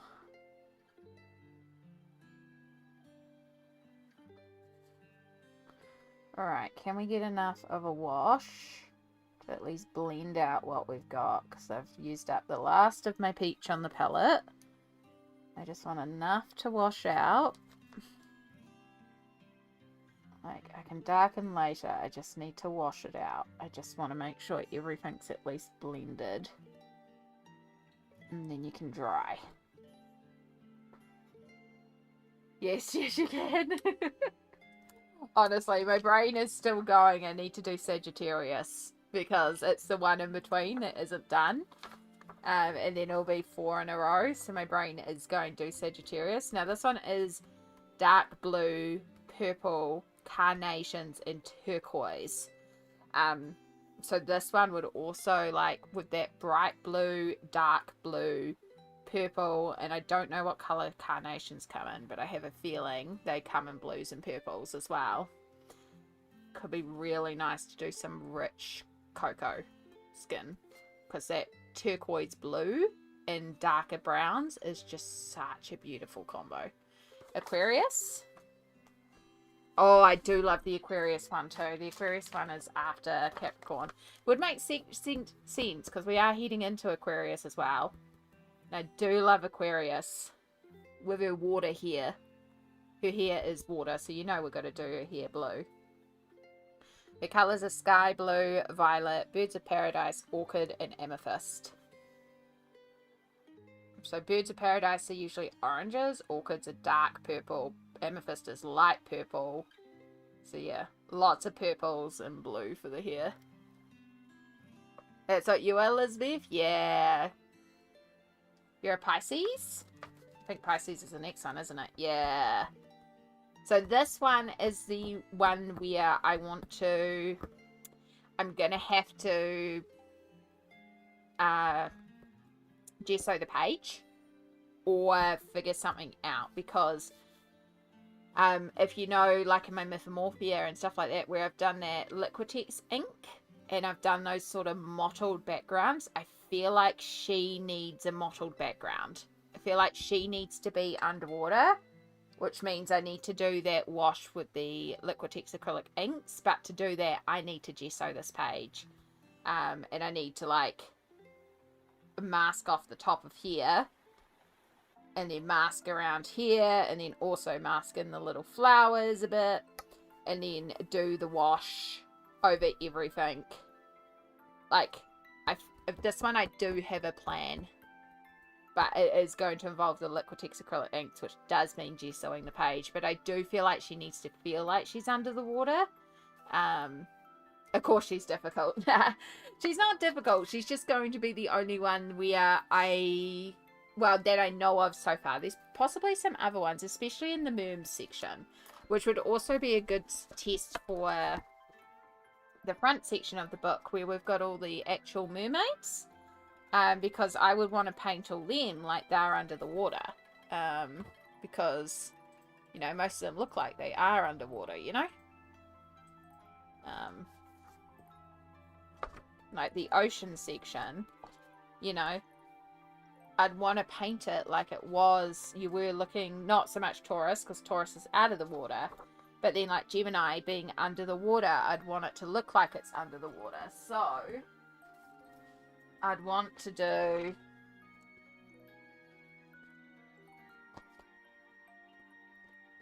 what I did for like the Hippocampus Leocampus here, where I have the mottled ink in the background, and then I come in with the inks and do more details on top. So I can still use the Inktense to colour and work on top with the Inktense to colour, but I do want to do this sort of effect in the background where it helps them look like they're under the water, because you see the blue mottling through the actual painting of the creature. So yeah, that's my plan for Pisces. I already have a plan for her. She's the one that's different from all the other Earth ones. Like all the other Earth ones so far, I only see doing them in Inktense.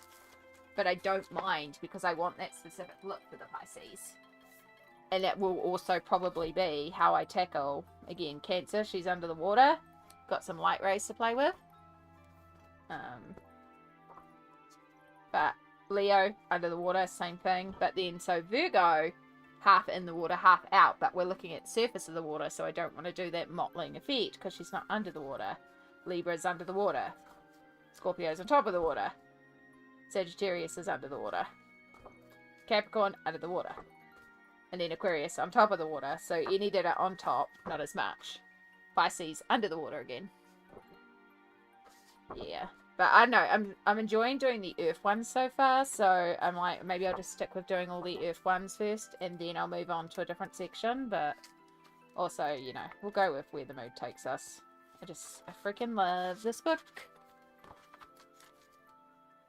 Alright, definitely need some more working on the skin there, especially around the belly.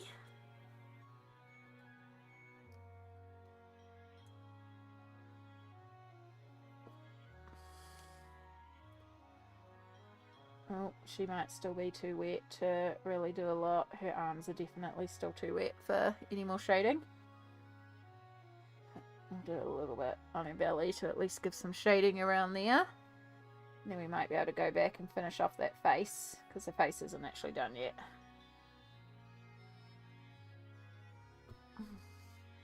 Jen's Colouring, kia ora, new subscriber, working my way through your complete book videos. Hi from Scotland, kia ora from New Zealand. You have a lot to get through with those complete book videos, so I hope you're enjoying. But thank you so much, welcome in. I'll bring you guys back in close now. Sorry, we zoomed out while we were talking about some other pages. Look at the full pages. But we'll bring you in close now. I hope you're going well today. I am working on my new current obsession, which is Lydia Fenwick's Ocean to Stars. Cannot get enough of this book at the moment.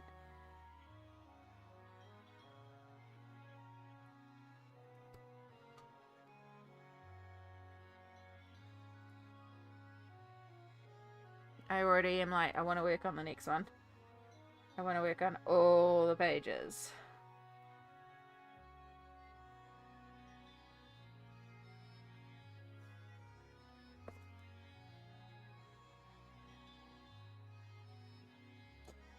But we'll focus on just trying to get the page we're working on done. Though, that being said, the rules are if we get inspired to work on something else, we'll work on something else. I haven't worked out what colour her hair is going to be yet, but we've got time to figure that out. Laura, hello. Just popping in to say hi. I'm at work and have no sound or watched a VOD this evening. Nice weekend to you all. Take care, Laura. All the araha. I tried getting away from the desk because I had a headache, but it's still hanging around. Oh no. Sorry to hear that, Cassie. Hope things get better soon, hun. Paige is looking great. Thank you. I am very, very pleased with how she's progressing. Now we're going to do some scary stuff. We're going to do some blush. And we all know I have a little bit of blush blindness. I like a bit of blush blindness. So I'm going to take our pink, flamingo pink, but I'm also going to add just a touch of our amethyst into here. And we're going to use that as a bit of a blush colour. Now, interestingly enough, the reference has a piece of hair coming down here, which is not on her line work here. So she must have drew that one in.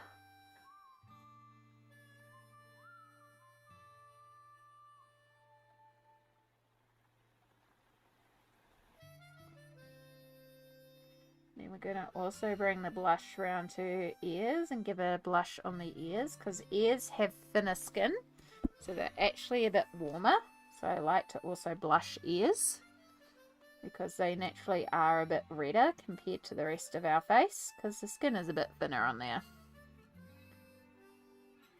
It's like how your nose can be a little redder as well. It's the same with fingertips. I also like to blush fingertips because the skin's a bit thinner there, so it's usually a little bit redder. Blush, yeah. We love a bit of blush.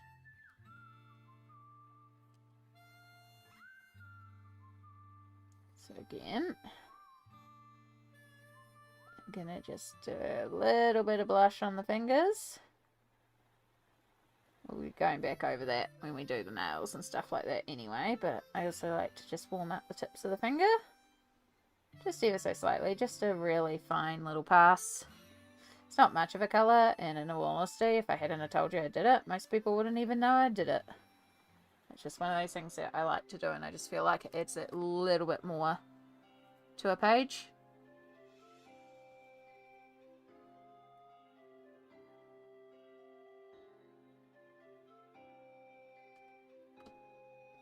That wind. It's getting to that sort of loud wind where you can hear the house ceiling. I think it's going to be a bit of a windy night.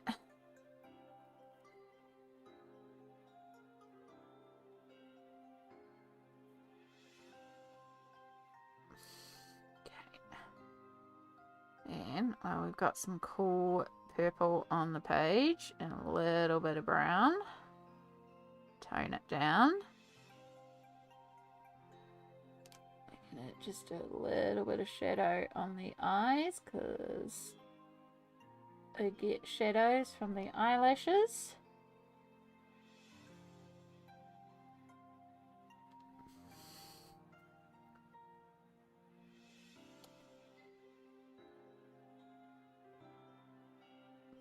Bring it down just a little bit.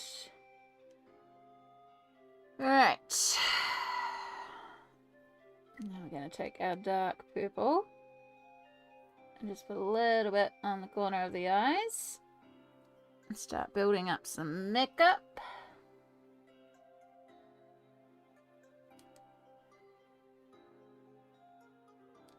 I'm going to take some of this lighter purple, the amethyst, as we come around.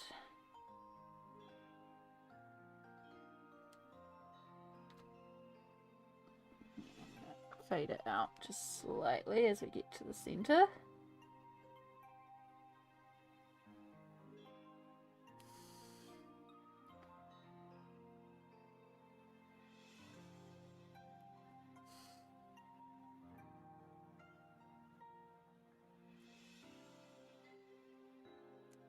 And in these edges, bring in a bit more blush. More blush, more blush, more blush.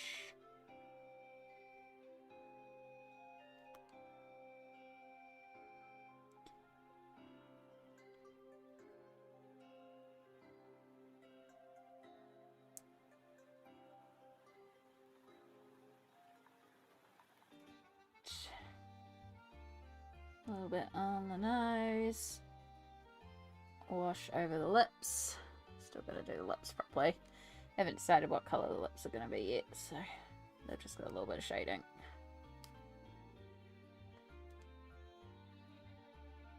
Alright, we'll give that a moment to dry down, because of course right now it's going to look kind of hideous until things dry. And it's always hard when I'm looking at it when things are wet. Could be like the hairdryer.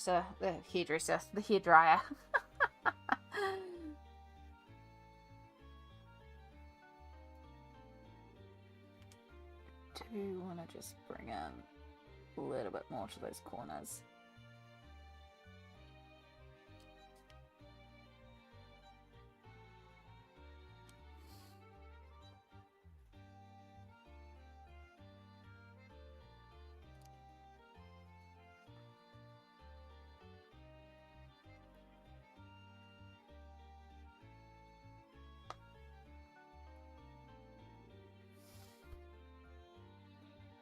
You cold.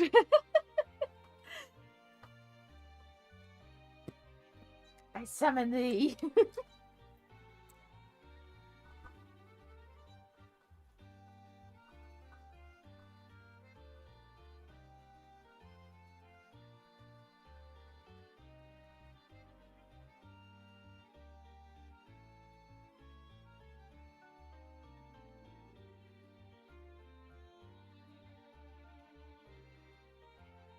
Okay. At least it doesn't take long because it's really not a lot. I mean, it's still a little damp on the underside, but helps us see a bit better.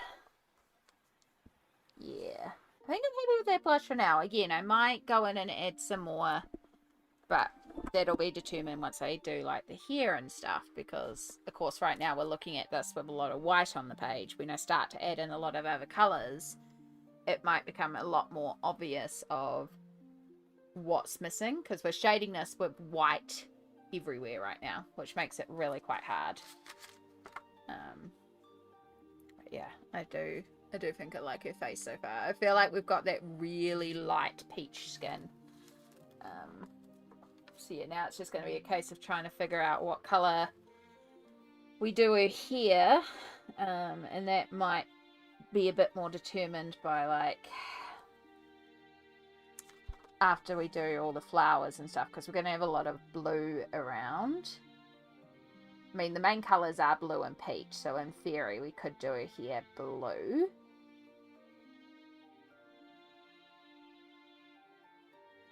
We do also technically have a brown in our mix, so we could also do a brown as well. But again, that doesn't have to be jumped into right now because we're still working on other things. My bra is absolutely itching me right now. I think there's cat hair in it.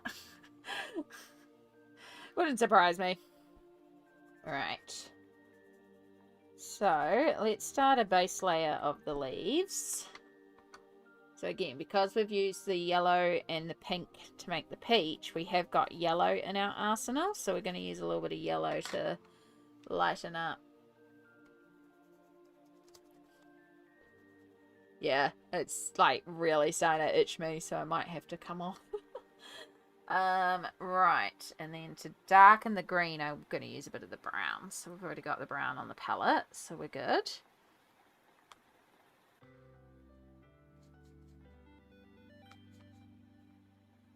So this green is like a comical green.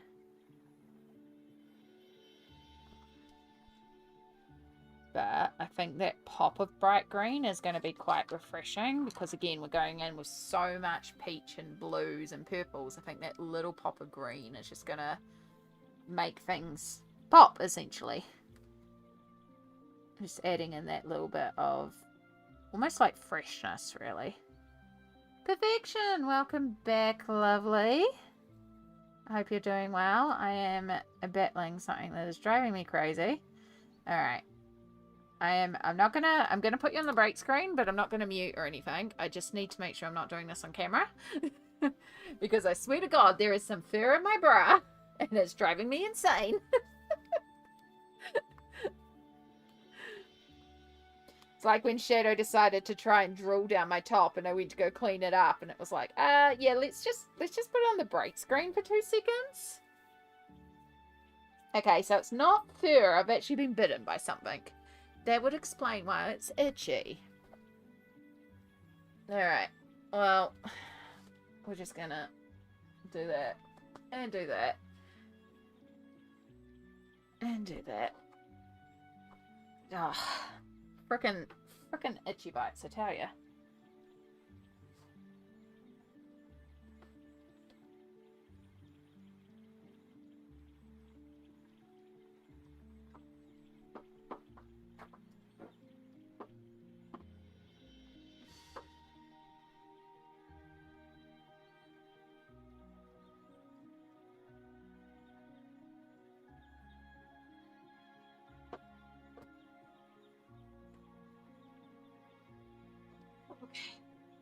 Right, let's sit down without knocking the camera. And then we can go back. And we can be in something a bit more comfy and a lot less itchy.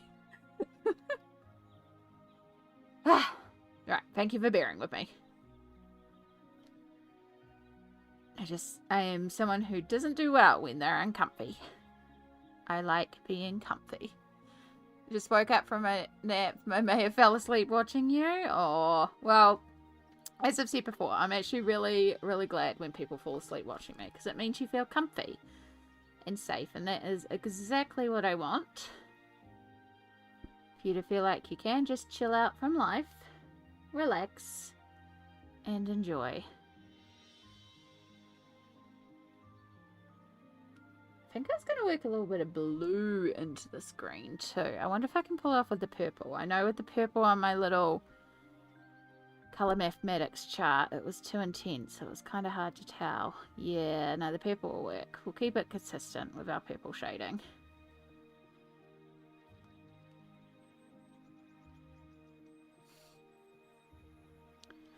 Yes, Yes, I'm glad you had a nap. Hopefully it was a good one. We've just about... We've finished the skin to a point. We may come back and add some more later on once we've got a bit more colour around.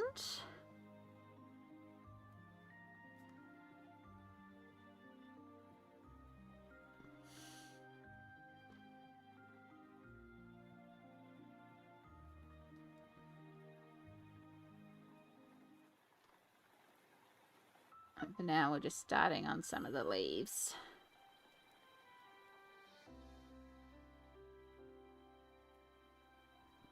Guess who's going to be up all night because all I've done today is nap. Obviously, you needed it then. I had a nap today too.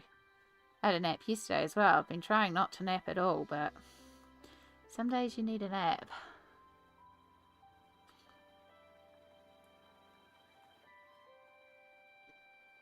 I've had so much stomach pain in the morning that I've just been getting up and then crawling back into bed. And I have actually been falling asleep. Which seems to be something. So... And the ridiculous thing is like, I've had all the stomach pain and my brain's still going, chocolate, candy, chips. It's like, no. No, no, no, no, no. You get bread and soup and a banana. You get non-irritating foods right now.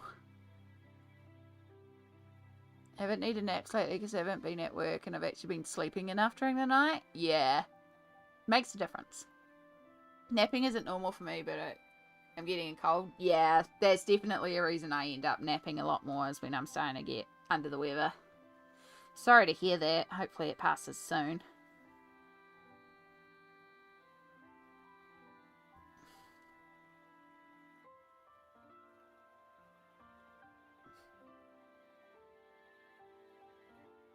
Trying to listen to your body. I'm glad to hear it, and I'm very proud of you. I know it's hard sometimes because it's like we live in a world where we're taught to go, go, go, go, go, but our bodies tell us no, no, no, no, no sometimes, and we have to listen to that, and we have to respect that. And there's nothing wrong with needing to go, actually no, I can't right now.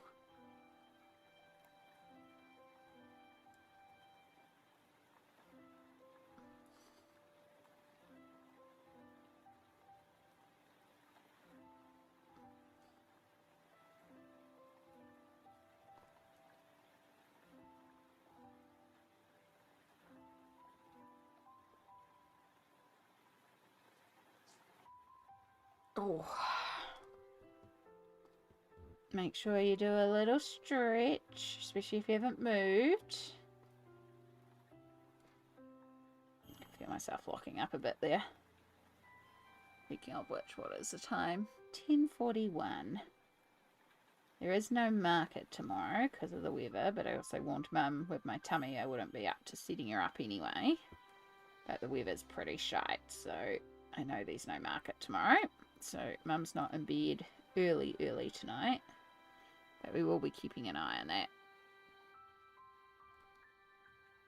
That is going to be one of the big dictators of when we finish on a Friday, is basically when Mum goes to bed. Because there's not a lot of soundproofing in this house, and I don't really want to keep her awake all night because, you know, I've chosen to live stream. I want to colour up my brain and body and like, nah, yeah, with that. Yeah. Honestly, this week I have, one of the things that I've done this week is, because I haven't been feeling great, is I've had this book in bed with me, Small World Colouring. It is such a cute little book. Say little book, it's a reasonable size book. But it was a beautiful happy mail that was sent to me, and it just, the timing of it was perfect. I don't know how people know exactly when I need something to arrive on my doorstep. But again, I've had absolute tummy troubles this week, and so I've been going to bed with this and the paintbrushes and a little bit of water and my my Albert Duras, and I just have this sitting up on an easel, and I've just been picking away with like you know, I did all the grass first, so I just had 4 colours pulled and I coloured it all in, and then I activated it, and then I did the sky, and then I did the water, and now I've just finished off all these style of trees, which is a couple of types of trees that I've just done all the same. And now I've got to do the more pointy pine trees. But yeah, this has just kind of been what I've been picking away at in bed. So I'll do all the pointy pine type trees. And then I'll probably do the rocks, because there's a few rocks in a few areas, and there's a bunch of tree trunks, and they're all going to be the same brown as the ground, so that won't take long. And then I'll just figure out the next thing to do. But it's been really good for just picking away at bed when I haven't felt well, and it's just Albert Duras, so it's easy to take to bed. It's such a fun little book. Like, it's so cool. There's a mermaid world in it, so of course I was like, I want to start in the mermaid world, but it's like, no. So yeah, like a fantastical carnival. That one looks really cool as well. And then this one is just a bunch of birds flying. And then we've got like a farm. I think the African Plains is meant to be that one. And then this is a masquerade ball. You probably can't see any of these details because it's so detailed. But yeah, this one here, this is the mermaid one. It's so cool. So you can see like lots of little fun sea creatures, and it's all, you know, under the sea based on Atlantis. Lots of jellyfish, which we all know I love my jellyfish, so yeah. So I'm like, oh, I kind of want to do this one too. Yeah, perfect for mermaid as well. But of course, this is my favorite one, so it's like, oh, I want to do this one, but it's like, nah, we'll save that one for like actually circus. And I think this is the wilderness, but this one's got like dolphins and whales and all sorts of fun stuff too. So yeah, like port. This one's got fantastical creatures like these griffins and dragons and 2-headed goats and a pegasus. So it was pretty fun. I think this one's a medieval market. I haven't translated all these, obviously. But they're bunnies and sheep and lambs, and this feels very spring-like. This feels very Eastery, this one. Then, like on the Riviera. This one's Australia, because it's the land of kangaroos, and these koalas as well. So it's like, that's pretty cool. So I might need to do that one at some point. There's like lizards and geckos and the parrot birds, and I don't think that's meant to be a wombat. I think that's meant to be the other thing. And then I can pretend in the distance that that's New Zealand and those are New Zealand dolphins. Secondhand market, which is called the Butterfly Garden, is also very cool. I like the Butterfly Garden. Again, it's quite neat how they like come to there and then there's just empty space and you can fade it out. It sounds like a Rococo garden. So, yeah. But again, I've just really enjoyed just being in bed with this book, and so many pages in it. This one's unicorns, rainbows, fairy princess land. I feel like this would be a good one for just like in bed with fine liners as well. There's another under the sea one. Yeah, it's a lot of pages. Ugh. But yeah, that's been my go-to this week because I haven't really been feeling great. So that's why Shadow keeps on annoying us too, because he's like, why aren't you in bed? Because I've been in bed colouring most nights. Because I set myself up a little station and it's actually been really comfy.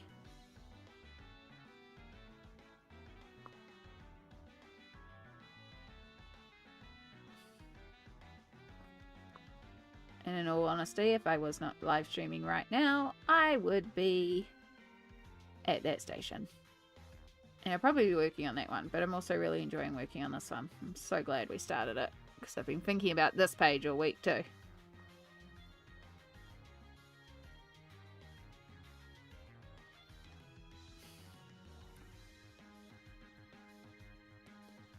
I wish I could find a way to get comfy in bed, but I usually resort to the couch because I can't get comfy in bed. Yeah, so I have about 18 pillows and 4 extra blankets. And so a couple of my pillows are also, like, one of my pillows is a bed pillow or a chair pillow or something. It basically turns your bed into a chair. It's a really awful one though.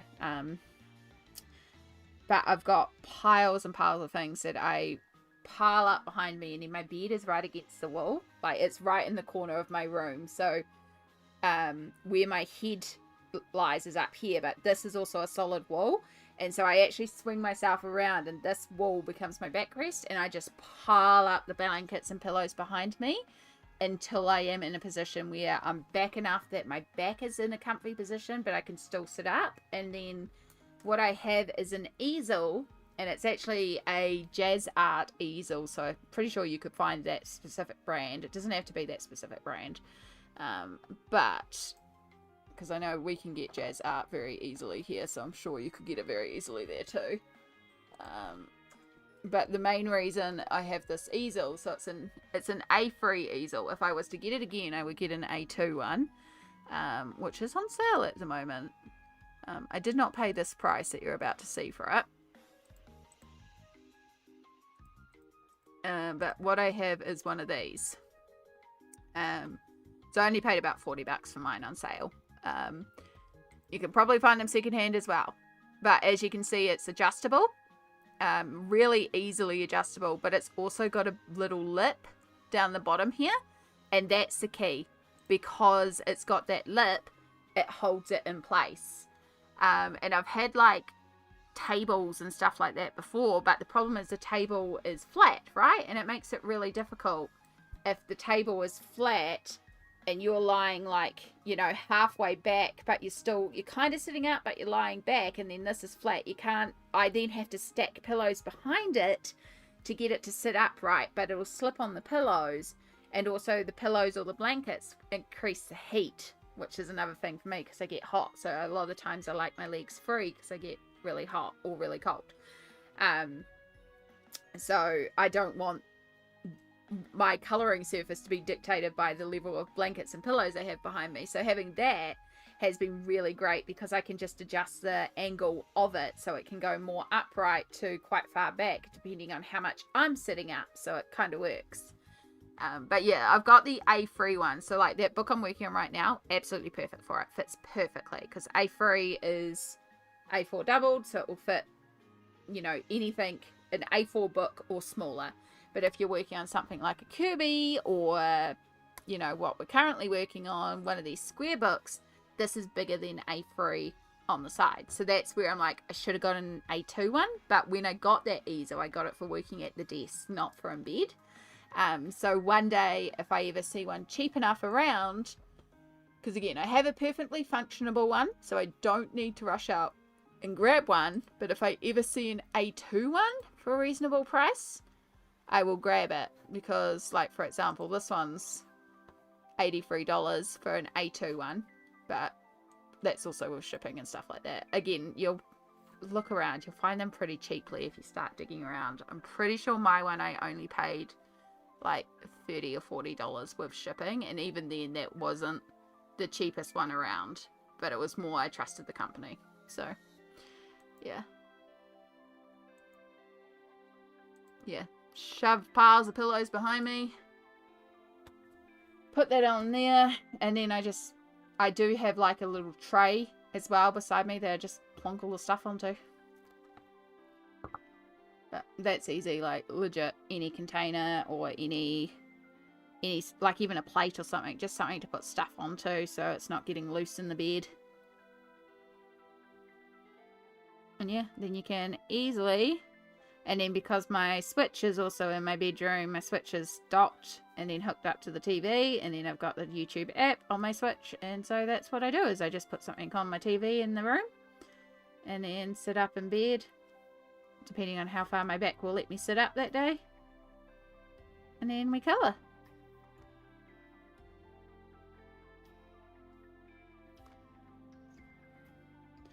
Yeah, I'm not someone who, like, at the moment I'm watching a fair bit on the TV, but generally speaking, I don't watch a lot of TV. Most of the time when I'm consuming media, I'm at the desk, so I'm colouring at the desk, but I do have that set up in the room for the days that I need it. So when, for example, when I had my hysterectomy, I did the exact same thing. I set up an absolute nest of blankets and pillows behind me, so that I could essentially sit up in bed without having to sit up. And yeah, then I have my Switch, which was my TV, and then I would just have a tray next to me, and it had piles and piles of stuff on it for colouring, and yeah, bunker down, and it was a good time. And then Shadow usually curls up. It usually tries to curl up on me, especially on my stomach. I don't know why he insists on going on my stomach. Like, I knew post-hysterectomy why he was doing it, because as some things are healing, it's actually warmer, and the cats can sense the warmth. So they want to sit on there to protect, but also it's warmer. So yeah, I get that. But like right now, it's like, no, my stomach is a bloated mess. You leave me alone. But he'll eventually settle to curling up beside me. So he's loved it this last few days because I've been in bed pretty much consistently. So he's like always able to curl up next to me and get the cuddles. So yeah, he's most upset today that I haven't gone straight to bed after work. He's been on my bed all day. I've walked past him several times, and he's been on his back with his legs sprayed out, and at one point he had like one leg up in the air and just like this other one over his face, and then his bottom leg spread out like he was all over. And I was just like, God, cat. Anyway, I think it's entirely his bed, the way he's acting. What a vibe, yeah. When I was healing post-hysterectomy, I also had a pile of snacks in there because they were being dropped off to me consistently. It's quite lovely. I had like a tray, the tray that I was using to put a couple of bits on, like the controllers and stuff like that, was also where the food got dropped off. So I had like a separate tray for food as well. Been colouring my cozy books in bed recently. It's just so comfy to colour in bed. Yeah, I kept my Inktense tin, and I use that with the things the chocolates come in, which I got that idea from you. The Ferrero Rocher containers. They're good containers. They hold a lot of my watercolour pens. Gotta love a good old Ferrero Rocher's tin. And then you get the chocolates as well. Yeah.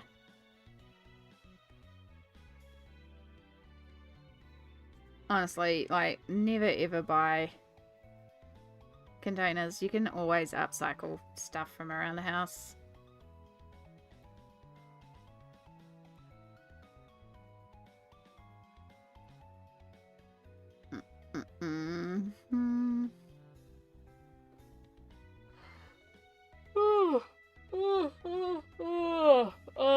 Speaking of, I think we'll try and finish off these last couple of leaves down here, and then I think I might call it for the evening. I was planning to go pretty much till midnight, but I am actually starting to feel myself sort of decompress quite a bit, and my back is also starting to ache a little bit. So, but you know, we're heading on to 4 hours, which is actually pretty good. It's not it's still a reasonable amount. It's not like the 6 to 8, but you know, it's also Friday night after a long week of work, and I'm also still not feeling 100%. So, yeah, I think we'll listen to our body. I'm still very... he's not with me right now, so if he's not outside, I'll just have to see if he's on my bed. Okay, give me 2 ticks. Sorry, 1 second. I did try to get him to settle on the bed before because he was being a bit annoying.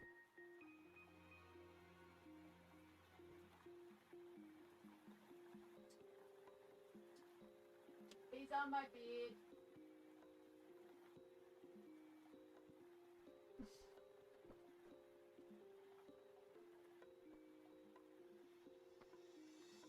Oh. Yeah, we're just seeing, because Mum's just closed up the house for the night, so it's just seeing if he's actually in or out, because, like, if it's winter, he'll be in, but in summer he does quite often sleep outside, but of course it's been raining tonight, so we weren't entirely sure if he was in or out. Because if he's in, he's probably going to wake somebody up at 4 a.m. to go out.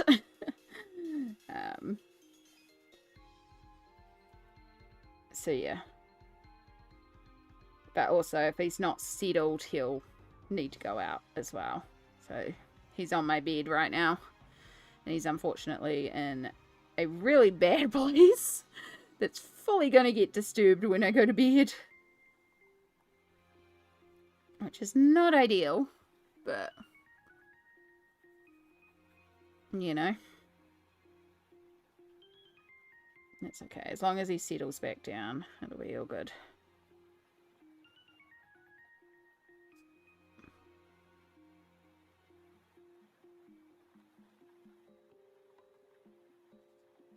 We'll just finish off these couple of leaves.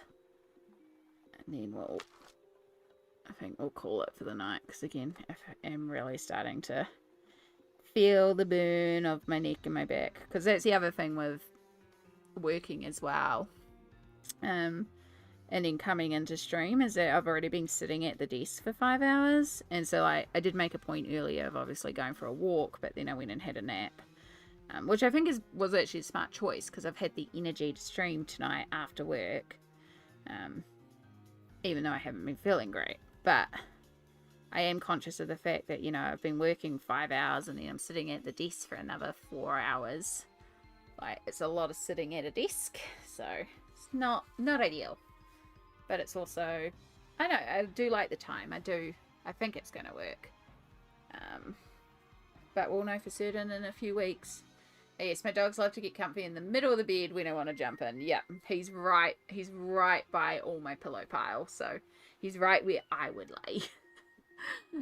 Which makes sense. Yeah. The other day I was, we were looking for him because we were like, I wonder where he's gone. Couldn't find him anywhere. And then I was walking past my bed and I just saw like a little movement in the bed. I was like, oh, I bet that's where he's at. And so sure enough, I look into my bedroom and he's not only in the bed, he's managed to bury himself under my blankets. So he's under my blankets in the bed. And I just see this little head pop up out of the blankets. I'm like, seriously? Like, anyone would think it's his bed. The way that he treats my bed. He's just like, he managed to dive in under the covers, bury himself down and just turn into a lump on the bed. And I don't make my bed. So it's like, I wouldn't have noticed him until I walked past and then he moved. I was like, okay, you're cute, but yeah. Which is also why I have to go and defluff my bed before I go and jump into bed, because there's cat hair all over it now. So, which is why beside my bed lives another one of these things, so I can consistently wipe over my bed and pick up all the cat hair. Oh, gotta love him. But yeah, I am really pleased with the progress on that so far. Like, it doesn't, for 4 hours, it may not seem a lot to some people, but we got our skin colors tested and sorted. We made our color math for the whole page. And then we did our skin, eyes, and started the leaves. Like, it's a lot of progress. So, yeah, I'm pretty pleased with that. But I definitely feel the need to sort of wrap up and head into bed and stretch out the back and get comfy. It's, yeah. 11 o'clock here, so I think it's a good time to wrap up for the evening. And yes, it's Friday night, but self-care, you know. So yeah, thank you to all y'all for jumping in and hanging out with me tonight.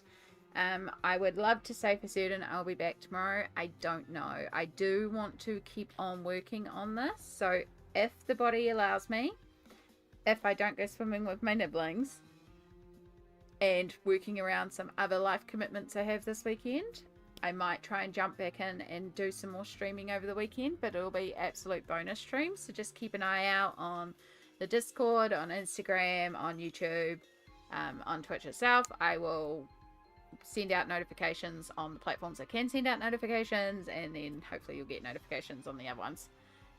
If I do choose to go live, but again, it's no promises. We will be back next Friday, where we will be doing probably end of the month chaos, because of course next weekend the month ends. I know, can you believe it? We're already through the first month of the year. So we'll probably be trying to wrap up some whips and get through, you know, a few bits and pieces. And then next Sunday, of course, is Tubiathon. So keep an eye out for Tubiathon. If you